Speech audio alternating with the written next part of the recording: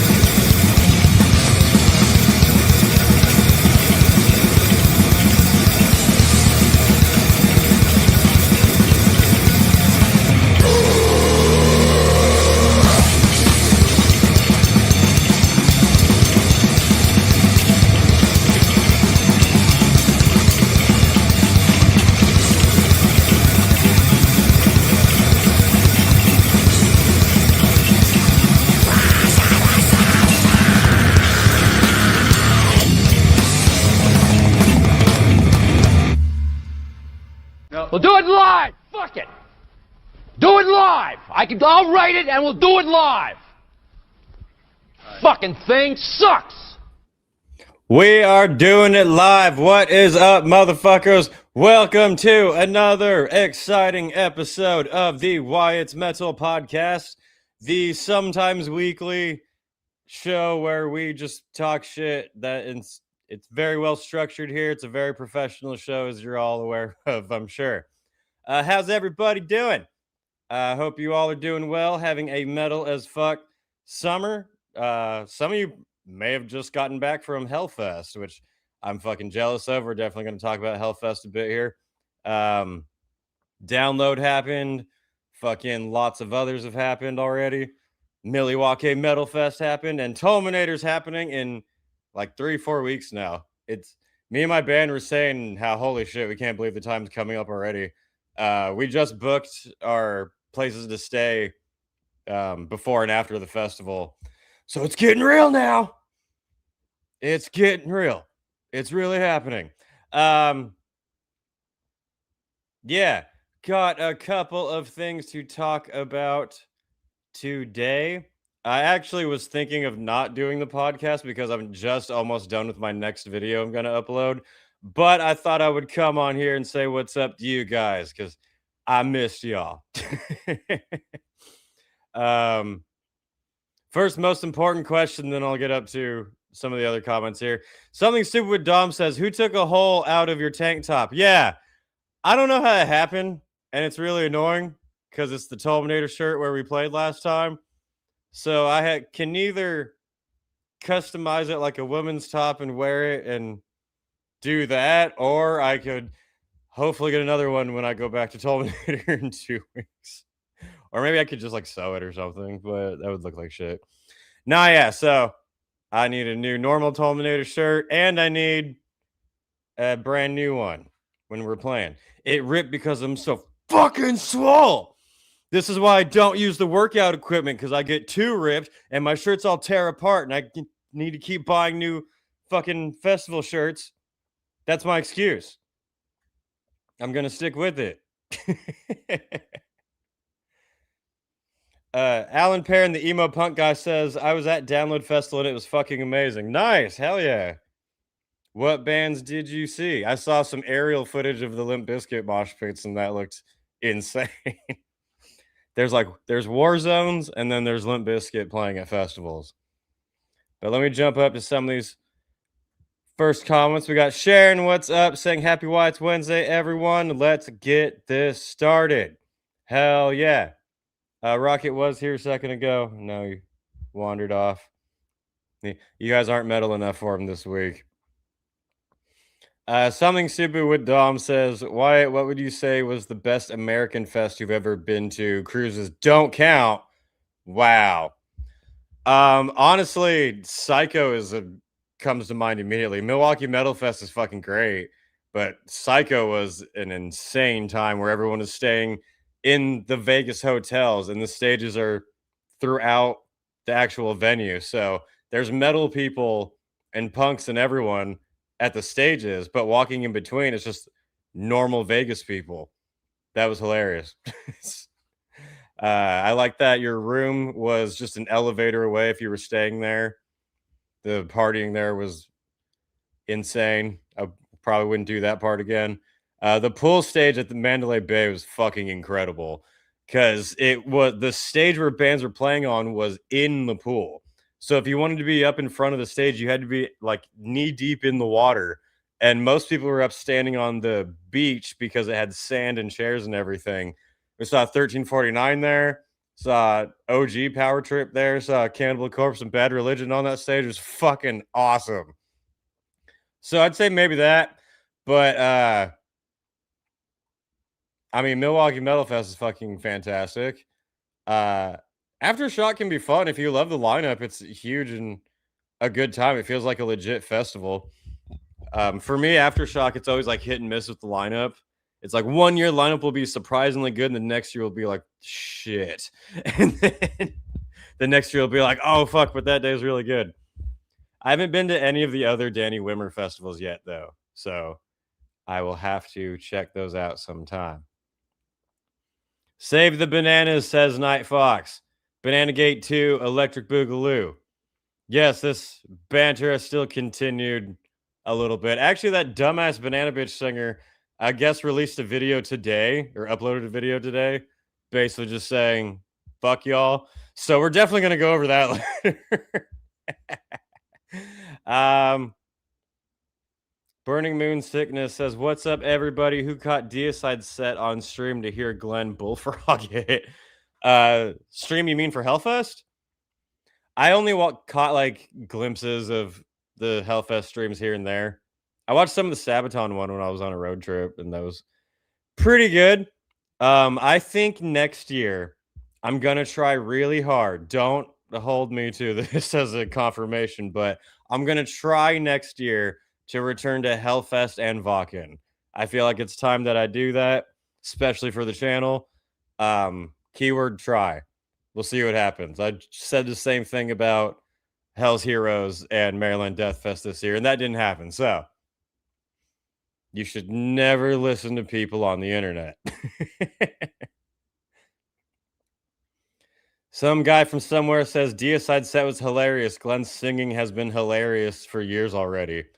I think it can be good in person, but was it funny on the stream? I guess so. I didn't watch it. Fucking reminds me of the meme going around that was Danny Filth performing at some festival, and it said your neighbor's chihuahua at 4 a.m. and it's gonna be like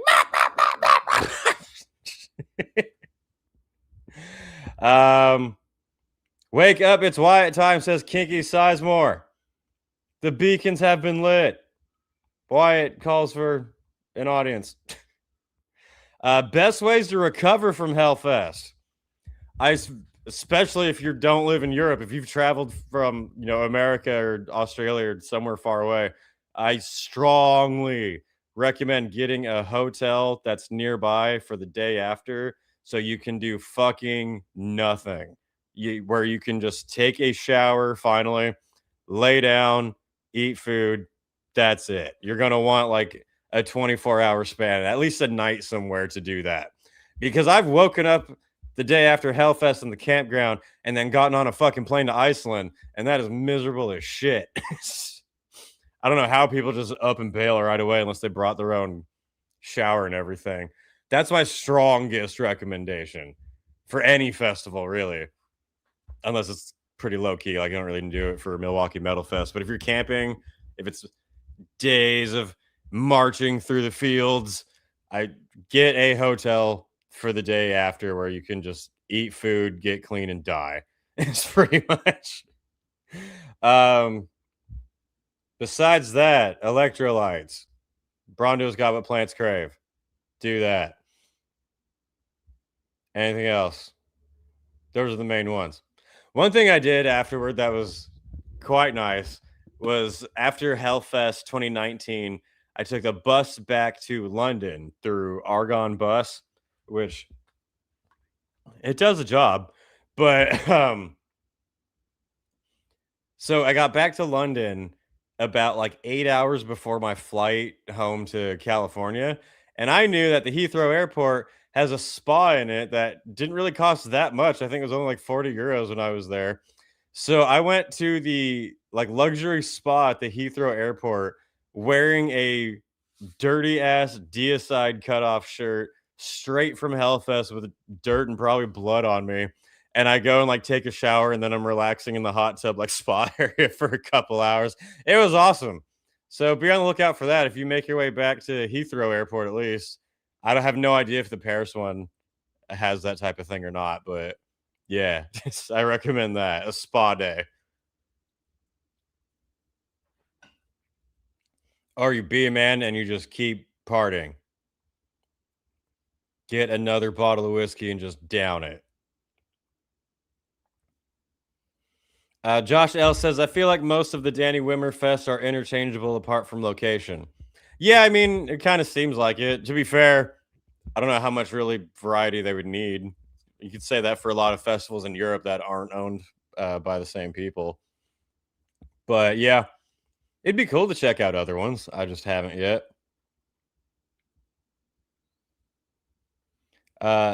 Angelican Werewolf says, why are there multiple metal YouTubers named Wyatt?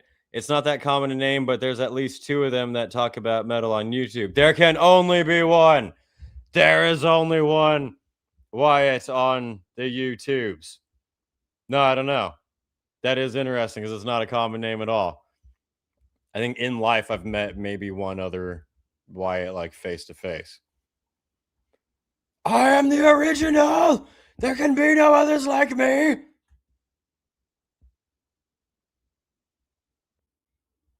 Nobody tell Wyatt one of his most hated bands, Megadeth, is at Hellfest. I don't hate Megadeth. I don't like the music. I don't like Dave's vocals. I'm not out here like, meh, they exist. I just don't want to hear it. I don't care if they're at Hellfest because there's going to be like 14 other bands playing at the same time. Like you have many, many options of things to do at Hellfest if a band you don't like is playing. When I first went to Hellfest, 2008, it was 3 stages.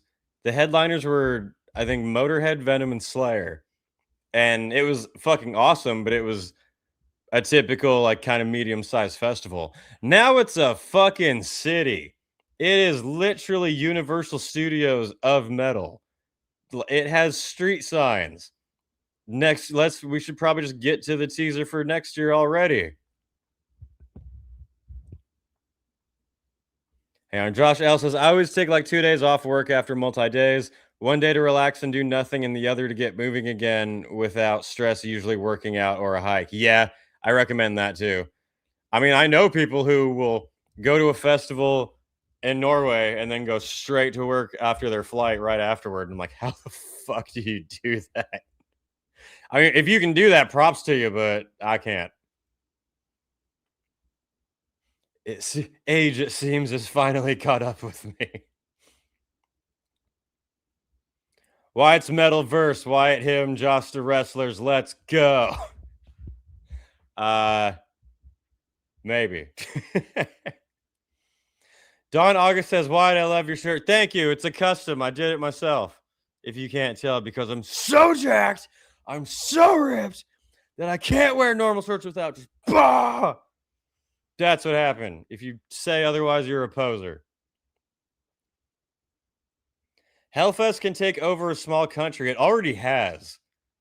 If during Hellfest, if they were like, hey, we're going to just take over France as a whole now, they would have no problem doing that. They have the army.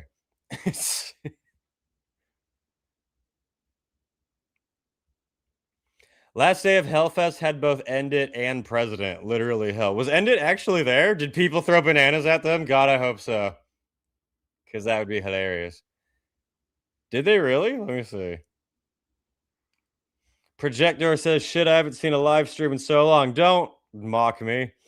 Came in to say I'll be volunteering in Tolman this year because I'm short on money and will be bringing my brother. Nice. I will see you there very, very soon. And I want to see if End It actually did play at Hellfest, because that would be funny. That is the festival where people could chuck bananas at them.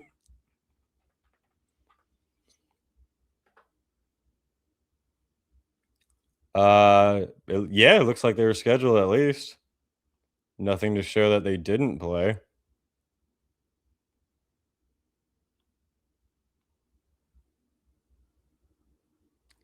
Let's see. Did anyone post a video of End It at Hellfest? Is there?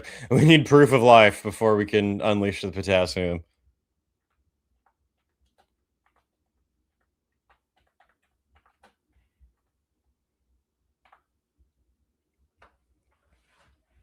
Some people were saying that I was being hypocritical trying to get this band canceled. And I was like, I never said this band should be canceled. They can play where they want. I said that they should have fruit thrown at them. I care about their well-being, okay? Most people are lacking in natural vitamins. I'm just looking out. I'm not seeing anyone upload a video yet. That does not mean that they were not there. I just have not found any proof of life besides that they were posted on the lineup. That will be interesting. We'll get to that story in a minute. We're still on Hellfest right now. Love Universal. Want to go on the new Fast and Furious ride. I don't think I've done that one. It's new, right? Last time I went to Universal's when they opened the Mario Kart ride, which was fucking awesome. Me and my mom both did the Super Mario Kart ride where they give you these augmented reality glasses. So there's some things that are actually there, but a lot of it's augmented, and it was fun as shit. The Universal in LA is cool, but it's small. Once you get through the entire thing pretty quickly, there's not too much to want to go back and do. When I first moved down to LA, I got a seasonal pass, and on like a Wednesday afternoon at like 2 p.m., I would go to Universal and I'd get through the entire fucking park in like an hour to 2 hours and then just bail. I've been wanting to go back to the one in Florida. I haven't been there in a long time, and I think I'm going to do that later this year sometime. But Anyway, yeah, Hellfest is, if you go to Hellfest, you will feel like it's Universal Studios. It has cities and buildings and all this shit actually built up. Someone said, where'd it go? Fuck. Damn it, I missed the funny comment. Someone said, don't waste bananas on them. Not worth it. No vitamins for them. That's fair. That is fair. Yeah, and it are terrible people. Imagine being anti-potassium.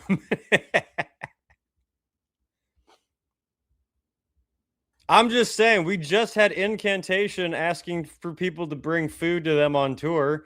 Maybe we are concerned about touring acts, and we want to make sure they're eating healthy. What? I don't even understand the reference. Speaking of Hellfest, by the way, which I'm going to try to go to next year, they had an announcement, a teaser for next year's edition. They don't announce any bands, but let's watch it anyway, because they do have...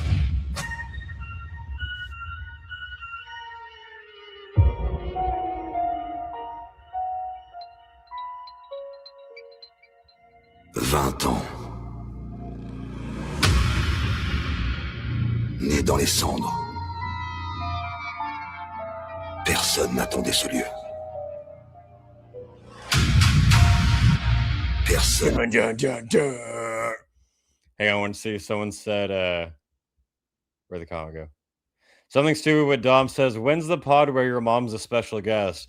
You know, that would be fun, because she did take me to my first shows. She did come to some of the first festivals. She went to early Hellfest in Vakken. She does have stories.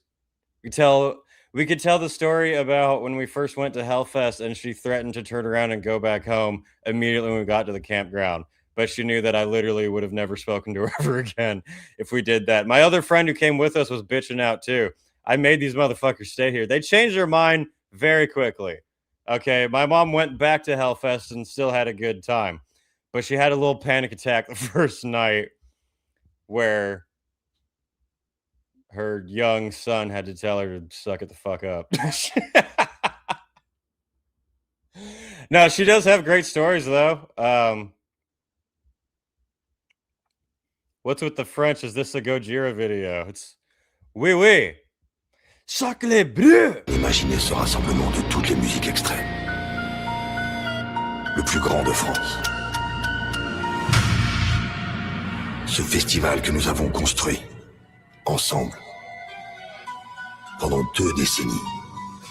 Nous avons tout donné. Vous avez tout vu, tout vécu. Yeah, I never thought it would be that fucking big. I know it's a little animated here, but that is the size of Hellfest. Tout osé. Et pourtant, il est l'heure de tout dépasser, tout repenser, d'écrire un nouveau chapitre. Réimaginer le Hellfest.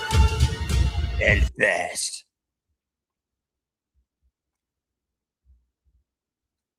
Hang on, I was reading comments.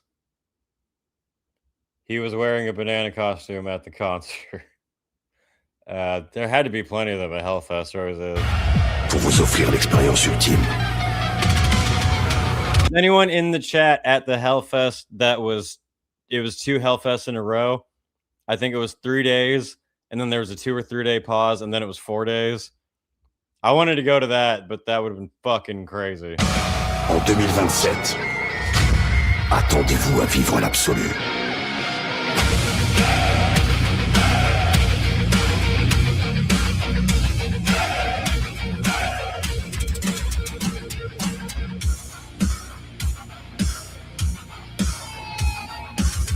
These are the stages.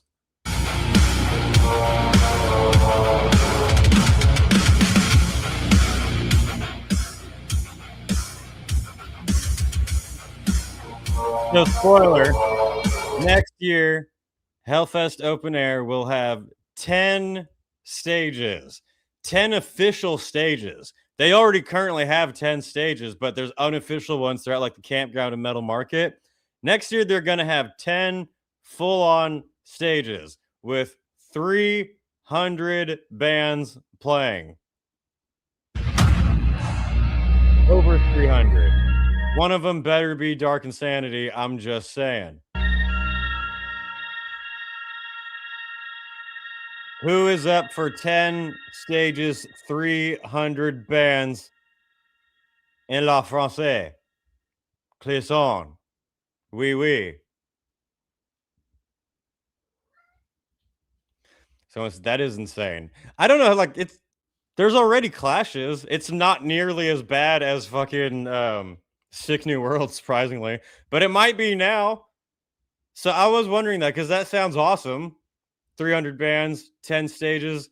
You could buy a ticket with no bands announced. You know you're going to get lots of shit that you're definitely going to like. But I think it's the same amount of days. So is it just adding like way more conflicts? I'm not sure. How are they going to do it? It's going to be stages on top of stages. They have build one tent on top of another and you have to go up. But that place is dirty. It's a field. It's a big-ass fucking dusty cow field. Of course it's dirty. Didn't Vakken have that many stages this year? They might have, but not like big on bands you know stages, because there's stages like in the beer garden, in the camping ground, in different areas where like local bands and whatever can just kind of set up.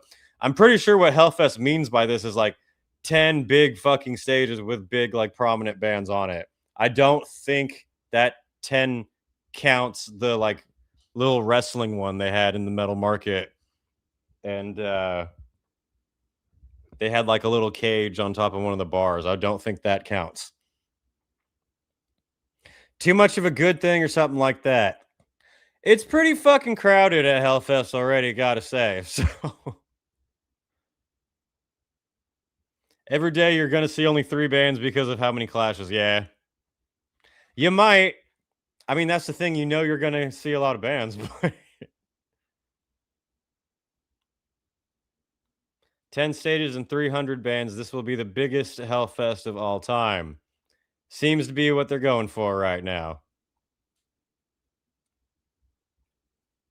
Rocket is playing with something on the ground. I wonder if Hellfest could do 2 separate weeks in 1 year, probably considering they sell out before announcing any bands. That's what they did when they came back from COVID. It was the 7-day Hellfest. It was like 3 days and then a short break with no bands and then another 4 days. That would have been fucking cool. At this point, it needs to be 4 or 5 days long. I agree. Oh, shit. Back in my day, Hellfest was 3 stages and 3 days, and the biggest band was Slayer. What are you doing? Stop it. Now Slayer wouldn't even be a headliner. I had some Instagram clips from Hellfest. But yeah, Hellfest has always had a special place in my heart because I went in 2008, 9, and 10 when I was still an up-and-coming young little metal lad, and it did a lot for me in terms of learning about metal festival culture and discovering bands, becoming more of a globally minded person, I guess you could say. So I've been those 3 years, then 2016 and 2019, and I would like to return next year. And here's a little highlight video from this past year. You're going to get me in trouble. Oh, yeah, they had the Ozzy statue there. I forgot about that. So they had a big, I think they still have a huge Lemmy statue, and now they have an Ozzy one. See? I don't want to hear it anyway. And apparently this year, the last day of Hellfest was the hottest day ever recorded in France. Where are you going? Rocket's being weird. So yeah, I think the bar said that they stopped serving like hard alcohol after a point because the heat was too much. But they have Waterfalls there, which sick new world if you're listening. Get a fucking waterfall.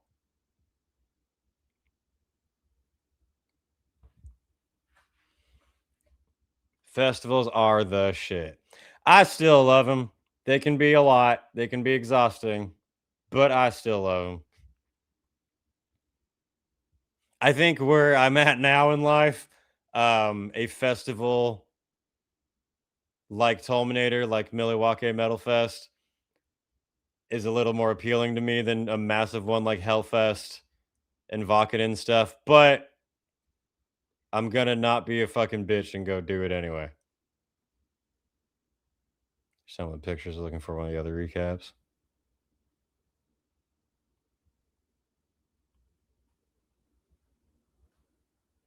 Day 2 recap.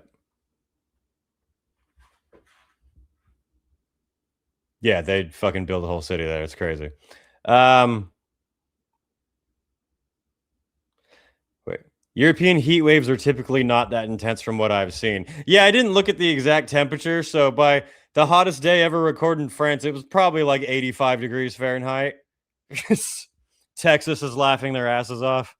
It was a winter day in Texas, basically. I mean, when you're out there in the fucking field with the sun beating down on you, it gets hot. I've stood in front of those main stages and it gets exhausting. I got really good at figuring out cloud trajectory at Hellfest because looking up and figuring out I could go see this band then without fucking dying.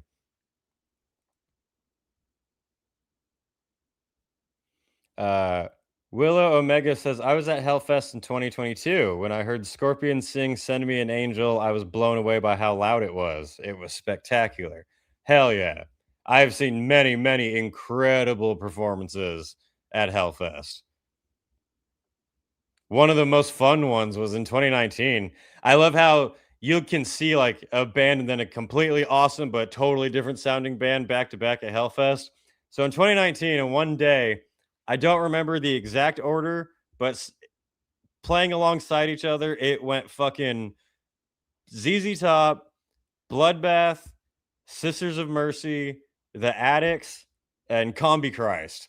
And I was like, none of those bands sound anything alike, and it was fucking sick. That was a great day. Oh, there was one question I wanted to get to. Oh, why we're all dying here in the UK. 32, but angry heat from the sun. So 32's fucking 90s, high 80s, low 90s. That's nothing. Get over it. I laugh in California summer. There's this really cool thing in America you guys might want to hear about. It's called AC. It might help you out a lot. Anyway, that's 89 degrees. You can fuck off with your heat wave. I'm sorry. That's literally nothing. That is laughable. I'm in Phoenix. I beat you all. Yeah, this is Christmas Day temperature in Phoenix, Arizona.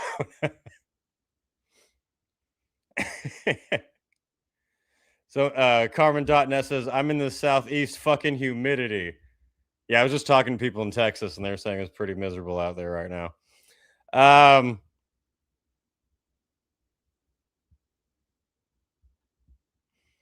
Someone says, hey Wyatt, Venom recently played at a metal festival in my province, but during their performance, a person died sadly in the crowd. The festival was canceled after. Really? I didn't hear about that at all. That's interesting.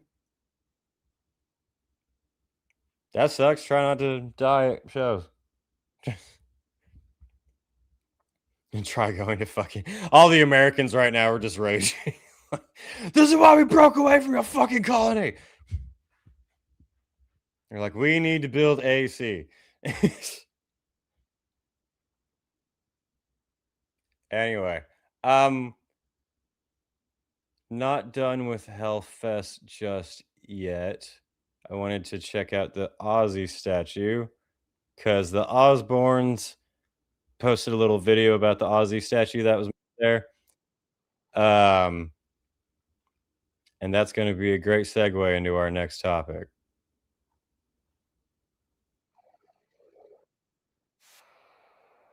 Okay, I was making sure I was on the right thing.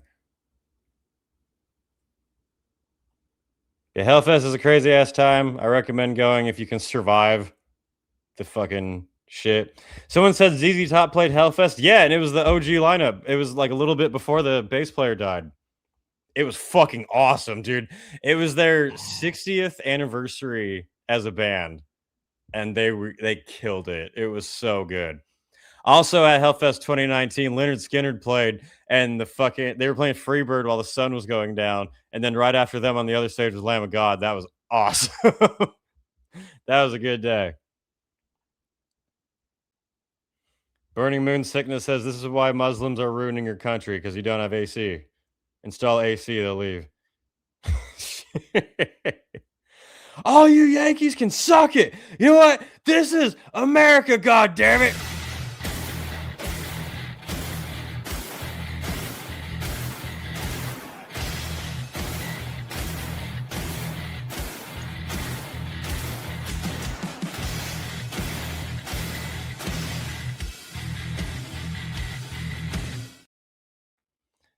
A man had a heart attack first night at Download Festival and died and was found by his daughter. What the fuck? That's horrible. Why are people dying at festivals? Stop. That's fucking horribly depressing. Thanks for bringing everyone down in here, goddamn. Ironically enough, my next video that I was going to finish today, but you guys bothered me. No, I'm kidding. I just decided to do the podcast that will 100% be uploaded tomorrow. Is the 10 worst tour disasters. Yeah, 10 worst tour disasters. So it's all about people going to shows and dying. This is a great premonition. The person in the UK who wants to pretend like it's hot, they might have a little bit of sweat going down their cheek at one point, says, please listen, it doesn't feel like 32 Celsius. It feels like 45, which is like 105 in American figure out. You know what?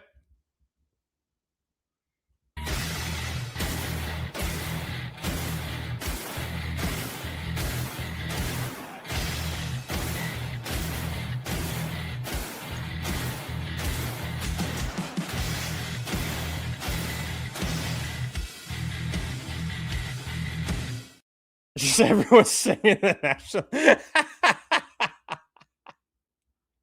That's fucking hilarious. We're just starting the war back here in the comments. We can't even continue with the rest of the show. Rest in peace, time back. Gunmetal, it's goddamn right. We need a gun drummer festival. It'll be just a giant field behind the bands are just firing into the whole time.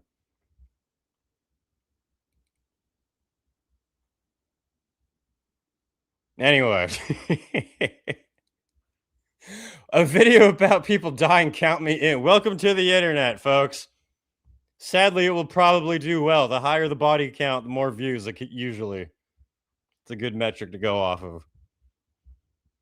Anyway, this is the Ozzy statue that they revealed at Hellfest because Hellfest is fucking cool and they did the same for Lemmy. And I'm not going to play the song because we'll get copyright, but it was somewhere when you walk in.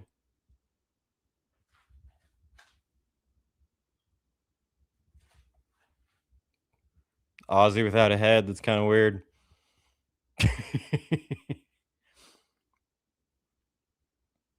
God damn.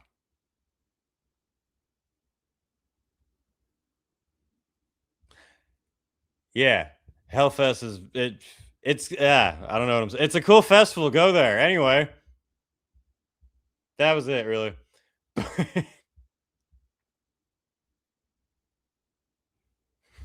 Does the crowd stand in front or behind of Gun Drummer? It depends what ticket tier you purchased.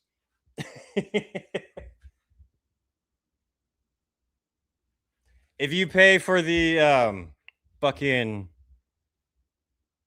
Terror Tourist package, you get to snipe the other people in the crowd who paid for general admission. It'll be like that one fucking Eastern European country that did something like that.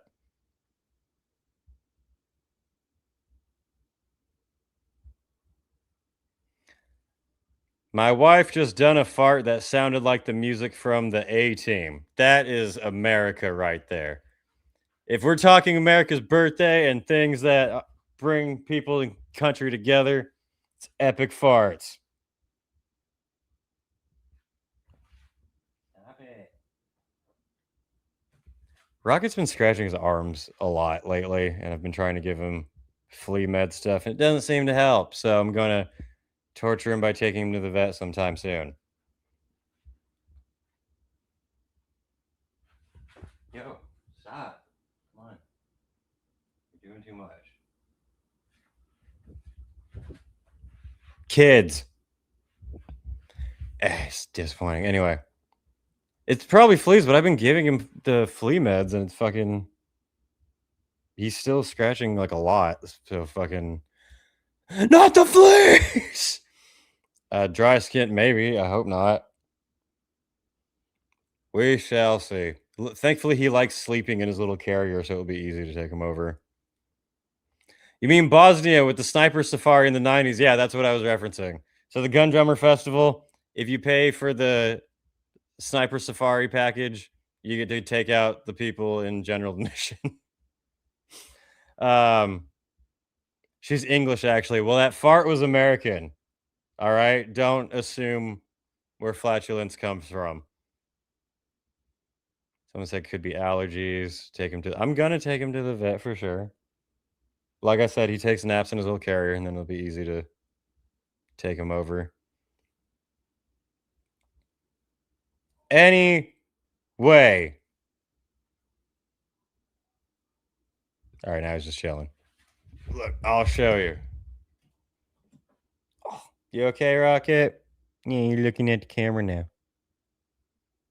These are my new sponsor that's going to be in a grifting video soon. See, how you doing, little baby? Everybody misses you. I haven't fixed my mic yet, so I can't pick you up while I'm holding it. Anyway.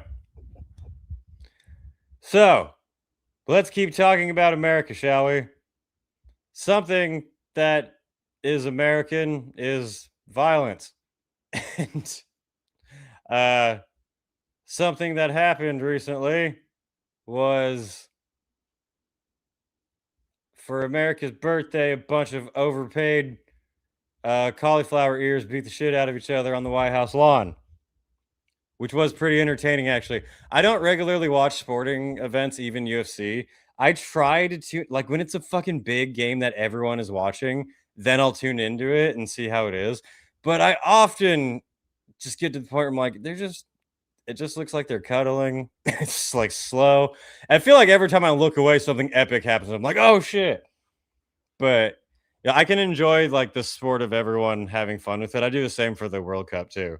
Like, I don't really care that much about each team or the player, but it can be fun getting with a bunch of people and celebrating it. Anyway, a dirty Brit went to something very American recently. Jack Osbourne attended the UFC fight at the White House lawn, and people cried a lot. I think we might have covered this a little bit on the last podcast, but there is a little bit more to go over. So, originally, Jack posted this picture at the UFC event with his wife. There's the White House. There's the ring. Everyone freaked the fuck out. But my main concern, as you can see in the comment here, is why is Buddha back there checking out your wife, bro? What's up here? Everyone's commenting about this back here. No one's commenting about this back here. This is a very awkward angle to take the picture with. You could have posted this like, can anyone identify this individual? And it would have looked the same. But yeah. Jack went to this, saw the planes and stuff. You know, when I was watching this, my thought was that this is totally going to be in a Call of Duty game in like 5 years. You know for a fact that there's going to be some mission that starts where you're walking up with the president. Maybe it's even Trump. That'd be hilarious. And you're playing like his guard, and you come out here and the angels fly over and the wrestling starts, and then terrorists strike, and then the whole mission starts. It's gonna be fucking awesome. You know that's coming. That's what I thought when I was watching this. Buddha got caught looking. That's what I'm saying. No one noticed that. Everyone's freaking out about the building. Everyone keep your head on a swivel.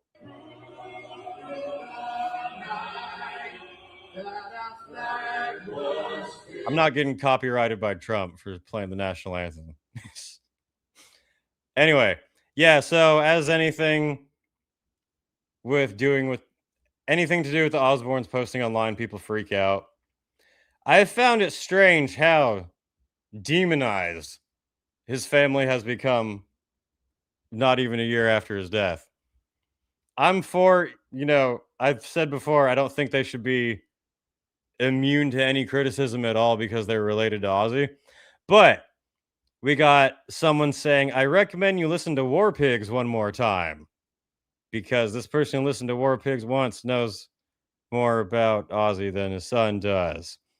Jack, who recently said celebrities shouldn't share their political options, who, by the way, is a Nepo baby with a platform because his father wrote songs such as War Pigs. Name another song, sharing his political opinions. Ozzy would be rolling in his grave because RD_DRGN67 knew Ozzy better than his son. Callan DeGray, I'm so disappointed to see this, as are many. Your dad would be too. You scum fucking piece of shit. Look at you.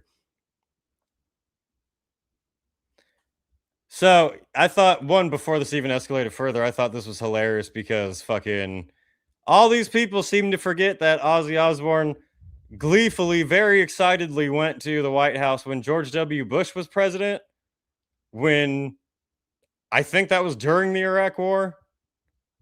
You want to talk about being around fucking war criminals? Where was the call out then? Oh, it didn't happen. Democratic War Pigs. Exactly. I've heard War Pigs once. I'm somewhat of a geopolitical expert now. I commented somewhere in one of Jack's posts telling his people to fuck off. I went, no, Jack, I pirated War Pigs off Napster once, so that means I know your father better than you ever did. Shit, hang on, I missed some good comments.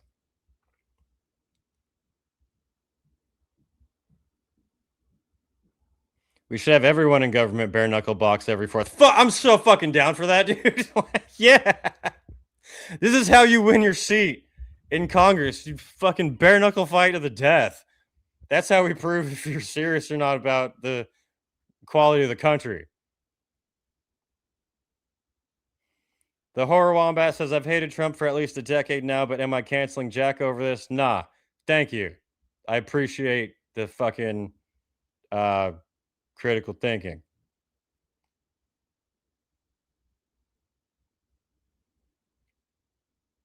Yeah, so Jack responded to these fucking retards. Someone commented saying the parasocial relationship that people have with Ozzy is fucking insane. And yeah, it's like Ozzy passed away, and then these people who can only name War Pigs and no other songs apparently act like he was the greatest, like, most perfect being to ever exist, and he had every single opinion that they have, and he never did anything wrong ever in his entire life. And then when his family says very normal things, they freak the fuck out and like, you're betraying your father's legacy. He would never go along with this. So Jax, I really can't remember if I played this in the last episode or not. I might have, but if I'm doing it anyway, and then he responded again, so fuck it. All right, I want to address me going to the White House to the UFC fight. First of all, some of the comments I've been getting are completely insane. And like, what the fuck? A whole bunch of do-betters. People commenting saying, do better.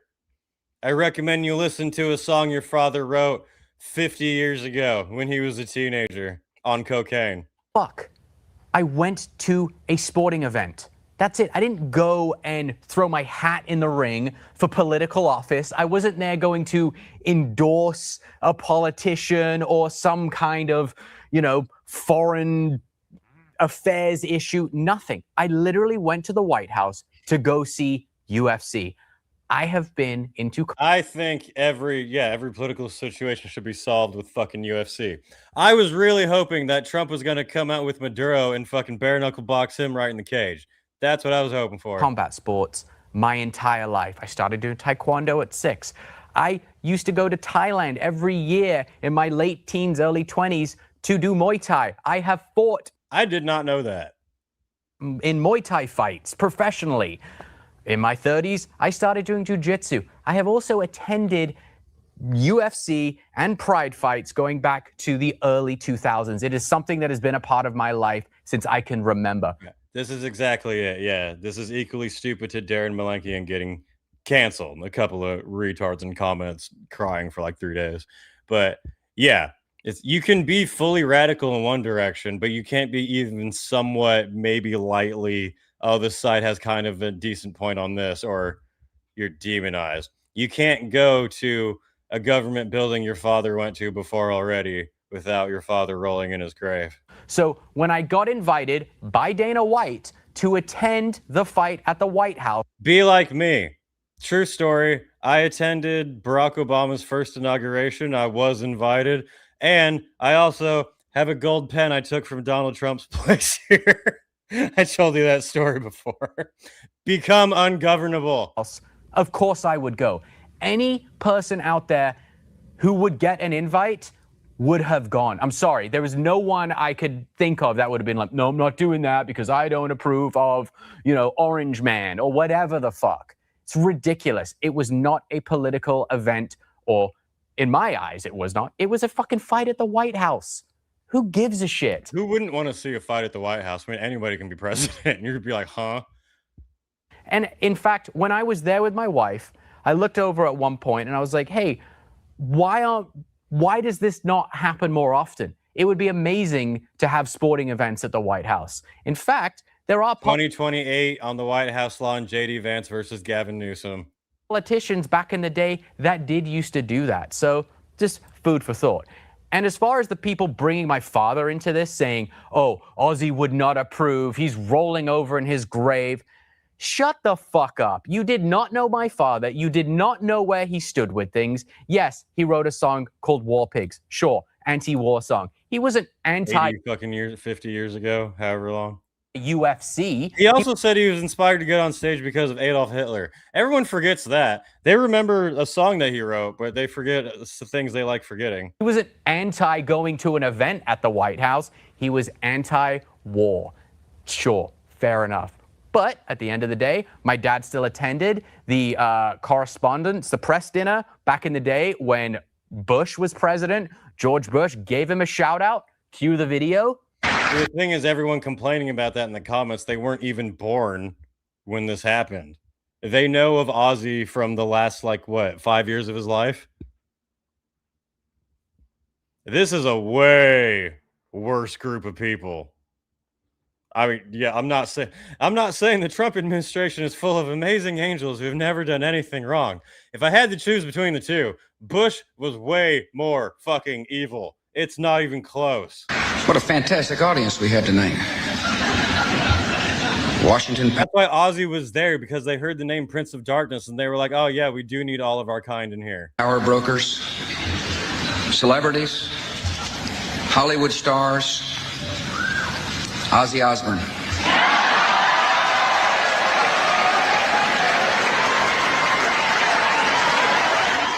He's rolling in his grave.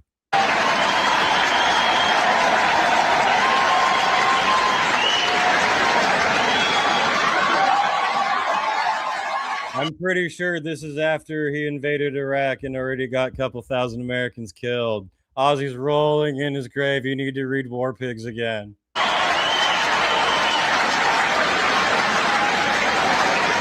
Ozzy.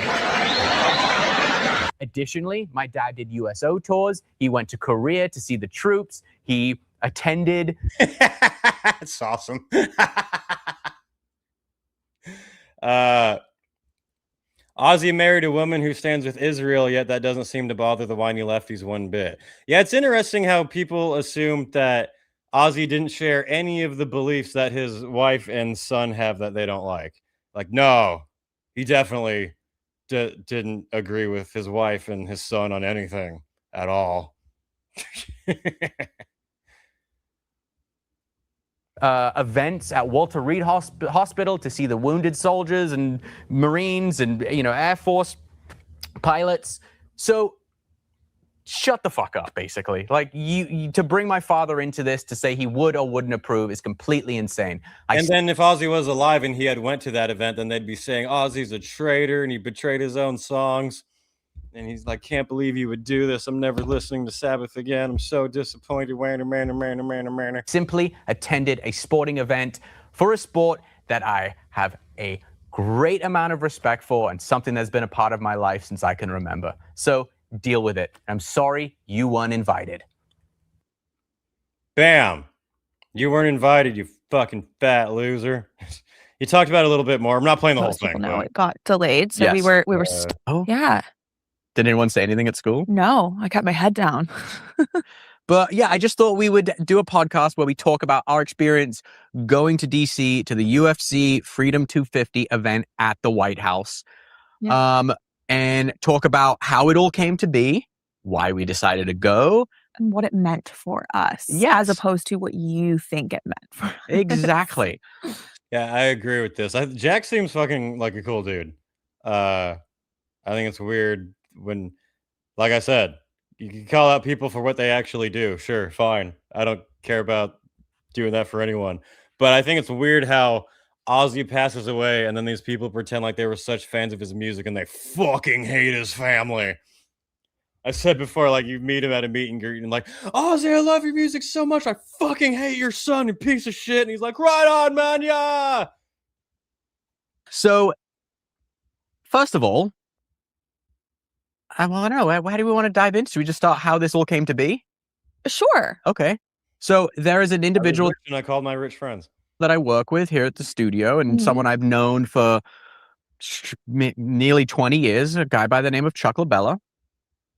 He does a lot of the booking here at Howie's studio and, whatever. Great guy, knows knows everyone everywhere. Doesn't need to go on explaining it. Tards are going to fart. So tards are going to fart. That's how you got to look at it. That will get you through life. Should you waste your time arguing in the comment sections, or should you just remember that tards are going to fart and you move on? All we are is farts in the wind, dude. Where he's been in the biz for 30 years. Chuck and I were chatting about the event, and a day later, I jokingly just shot him a text being like, think you could get me tickets? To the UFC fight. To the UFC By fight. the way. Exactly. To the UFC fight. And he's like, sure. It was one of the first fights. The fighter was in the Oval Office wearing a fucking sombrero and playing the Mexican like music. It was fucking awesome. Let me see. He texted Dana White. Dana White said, absolutely. I would love to have Jack as my guest. Mm-hmm. And that was that. I was like, first of all, like when I asked, I did it in kind of like, yeah, right. There's no way I'm going to get tickets. Yeah. Because this time it's at the White House and that feels hard to do. 100% already, and there was only 4,300 seats available. Yeah, something like that. So I get a text from Chuck when I was in Pennsylvania. This was a week before the event. Yeah. Being like, hey, you're about to get a call from Dana White's office. While I was on the phone with Chuck, my phone rings and it was from Dana White's office. Yeah. They serve succulent chicken at the White House. Hang on, let's get to a more interesting part. Yeah, and it's just situation. Some of the kids came with us, and like there were several times where I'm like, I have goosebumps. Like this is so crazy. And it did have a lot to do with being where we were. When the Blue Angels flew over us, I was like, this is like, I don't know. And you're not like rah patriot. Like, no, you guys aren't going to get an opinion from me. They're like Ari is not someone who's gonna be like, you know, she's not like diehard MAGA mom or like even adversely not like, you know, blue no matter who. Like you are. Yeah, no. Good. You should be like both of them are retarded. Anyway, yeah, they talk more about it if you're interested in hearing that story. Tards be farting.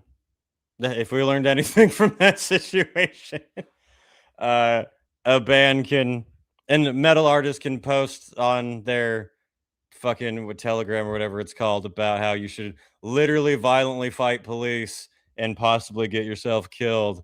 And that's fine. But if you go to a popular event at the White House, or if you say, hey, I think political violence on all sides is wrong, then your comment section's flooded with retards. Be like, I can't believe you would do such a thing. The Blue Angels will always make you feel patriotic. Oh, yeah. It's like watching Top Gun. You cannot watch Top Gun Maverick and not be like, fuck! Like, you take the most Antifa, blue-haired, woke person and you put that on, they'll have at least one part of them will be like, and then they'll put it down because they'll feel like they have to repress it. 99% of people who pretend to know what Ozzy would have thought about it have listened to 3 Black Sabbath songs in their entire fucking lives. I agree. Name 3 songs. I'm going to start doing that in comments now. Whenever someone says, I'm so disappointed, I'm unsubscribing, be like, name 3 songs.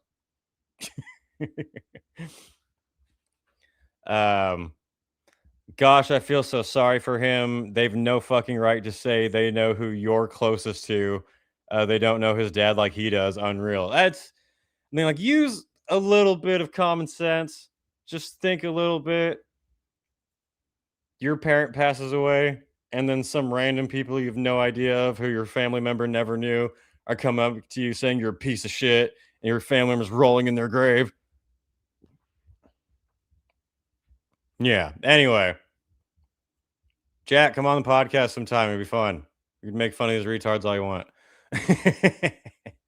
So, should we get to the continued battle on the front lines, peel after peel? We shall fight in the pits. We shall fight on the stages and in the grocery stores. We shall never surrender our potassium blitzkrieg. I don't know what I'm saying. Hey, let's cut to Banana Gate now. So, earlier today, actually, End It vocalist Dumbass speaks out, dismisses controversy over Banana Man incident, claims, we're a hardcore band, we do hardcore things. We go hard, we go hard music. He posted a video, I'll let this fucking talk. Face you see when you drop the soap in prison, right? The funniest thing to come out of all this is people telling me they were disappointed in me when the first song I ever wrote for this band is called Give Up, which is where I instruct people to walk into the woods and commit suicide. You've obviously not been listening to the band, and I don't know what the fuck you thought was going on over here. We're a hardcore band. We do hardcore things. Isn't that like... You would expect a douchebag bro who's punching drywall to say that. I'm hardcore! I do hardcore things! That's the vibe I get. Like, no brain, no think. We do hardcore. You don't have to come over here. You don't have to pay attention to me at fucking all. Everyone in my life loves me very much. No, they don't. They're just not going to say it to your face. I actually would have no problem with him saying that you don't have to come over here. That's true. You don't have to. The only problem was they weren't fucking headlining. They were opening for a very big, well-known hardcore band, Terror. I'm pretty sure the fan was there mostly to see Terror. And by the way, he wasn't at the front. You called him up and pulled him up.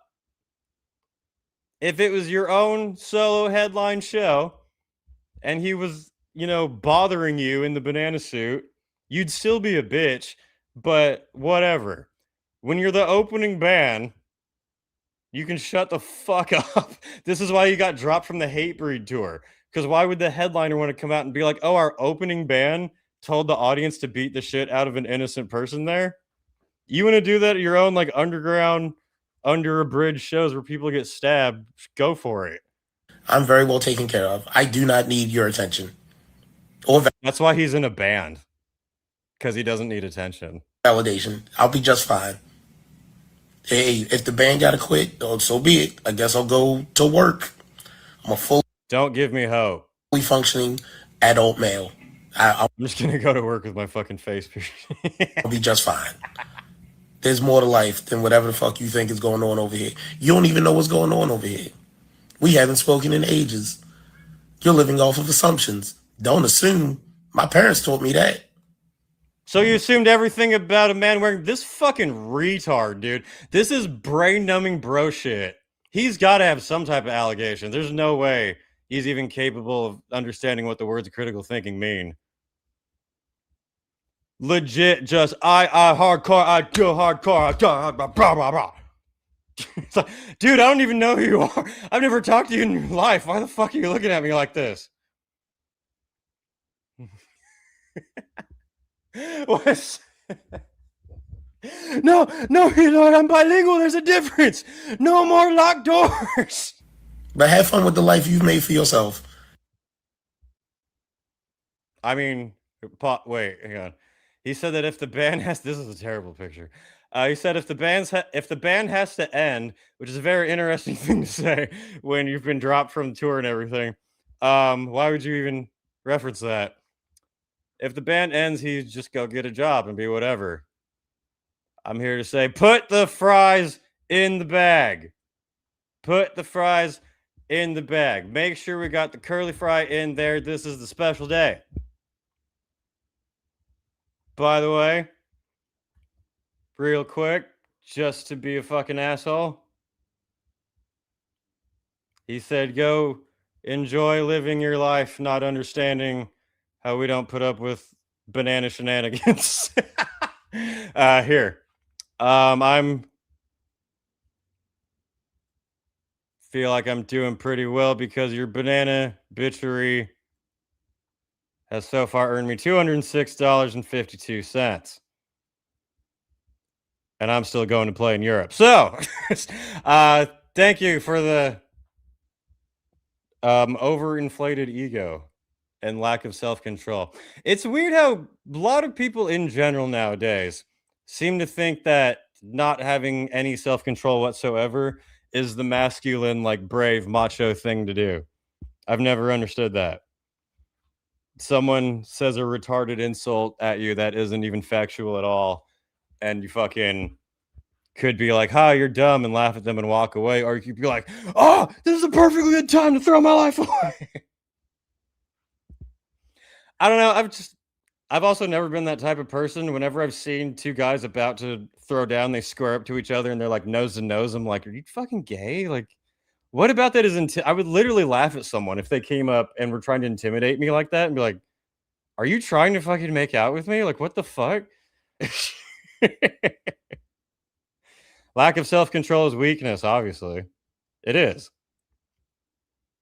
It's not just current generations, though. It's reading about like samurai times in feudal Japan. It was the same thing with them. Like someone gives them the slightest insult and they're like, I have to kill myself now.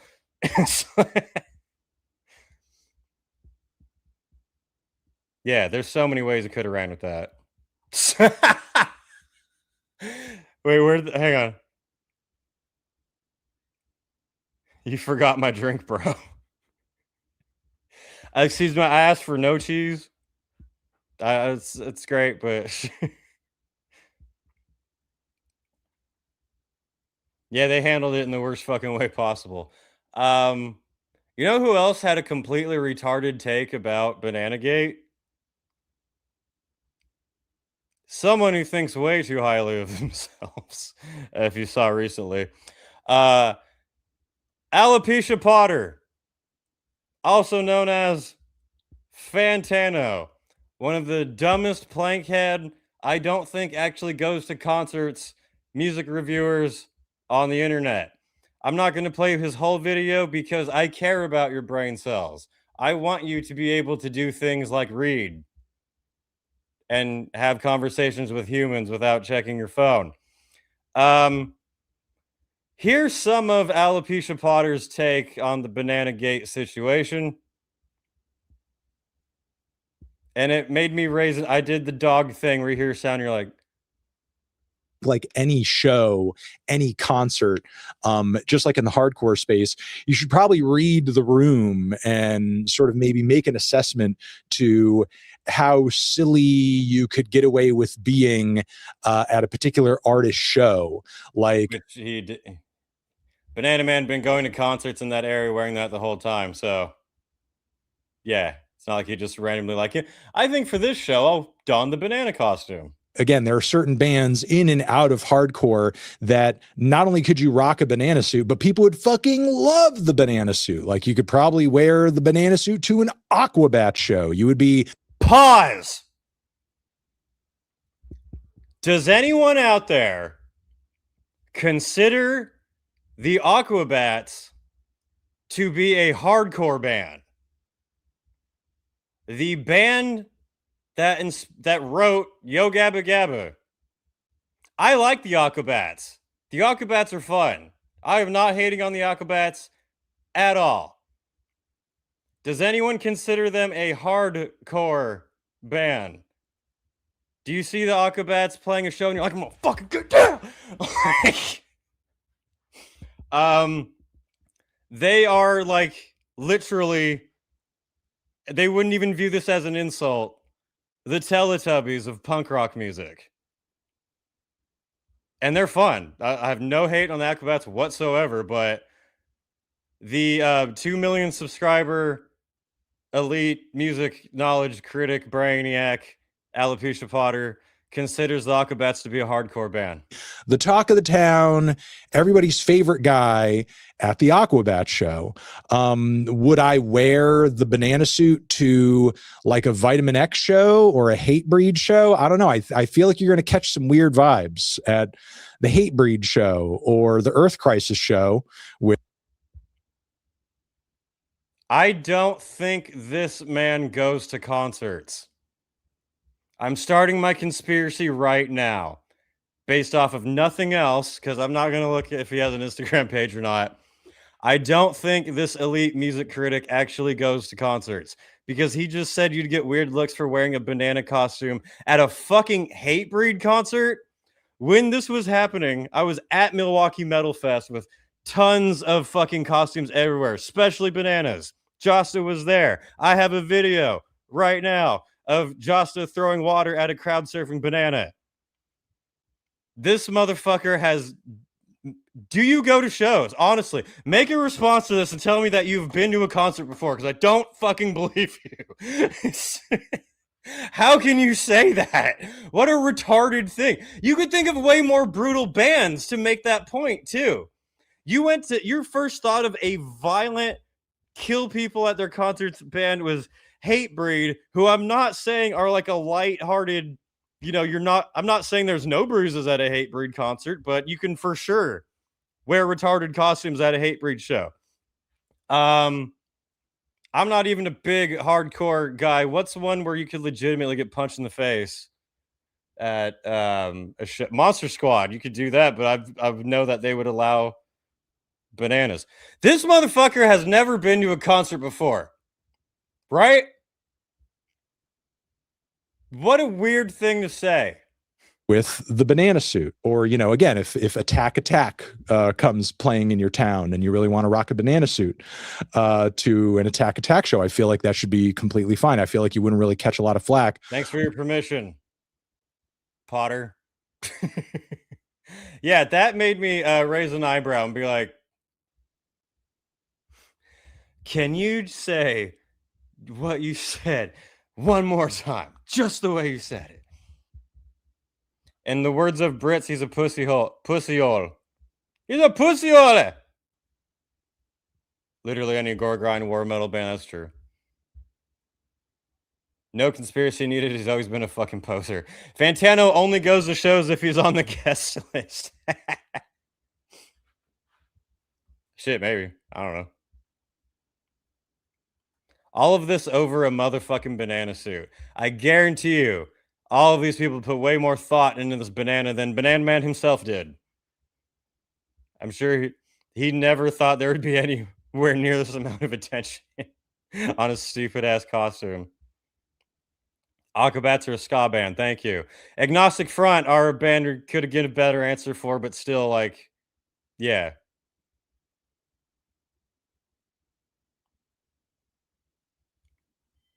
Anyway, a little bit more with Banana Man. We got some words from the banana himself.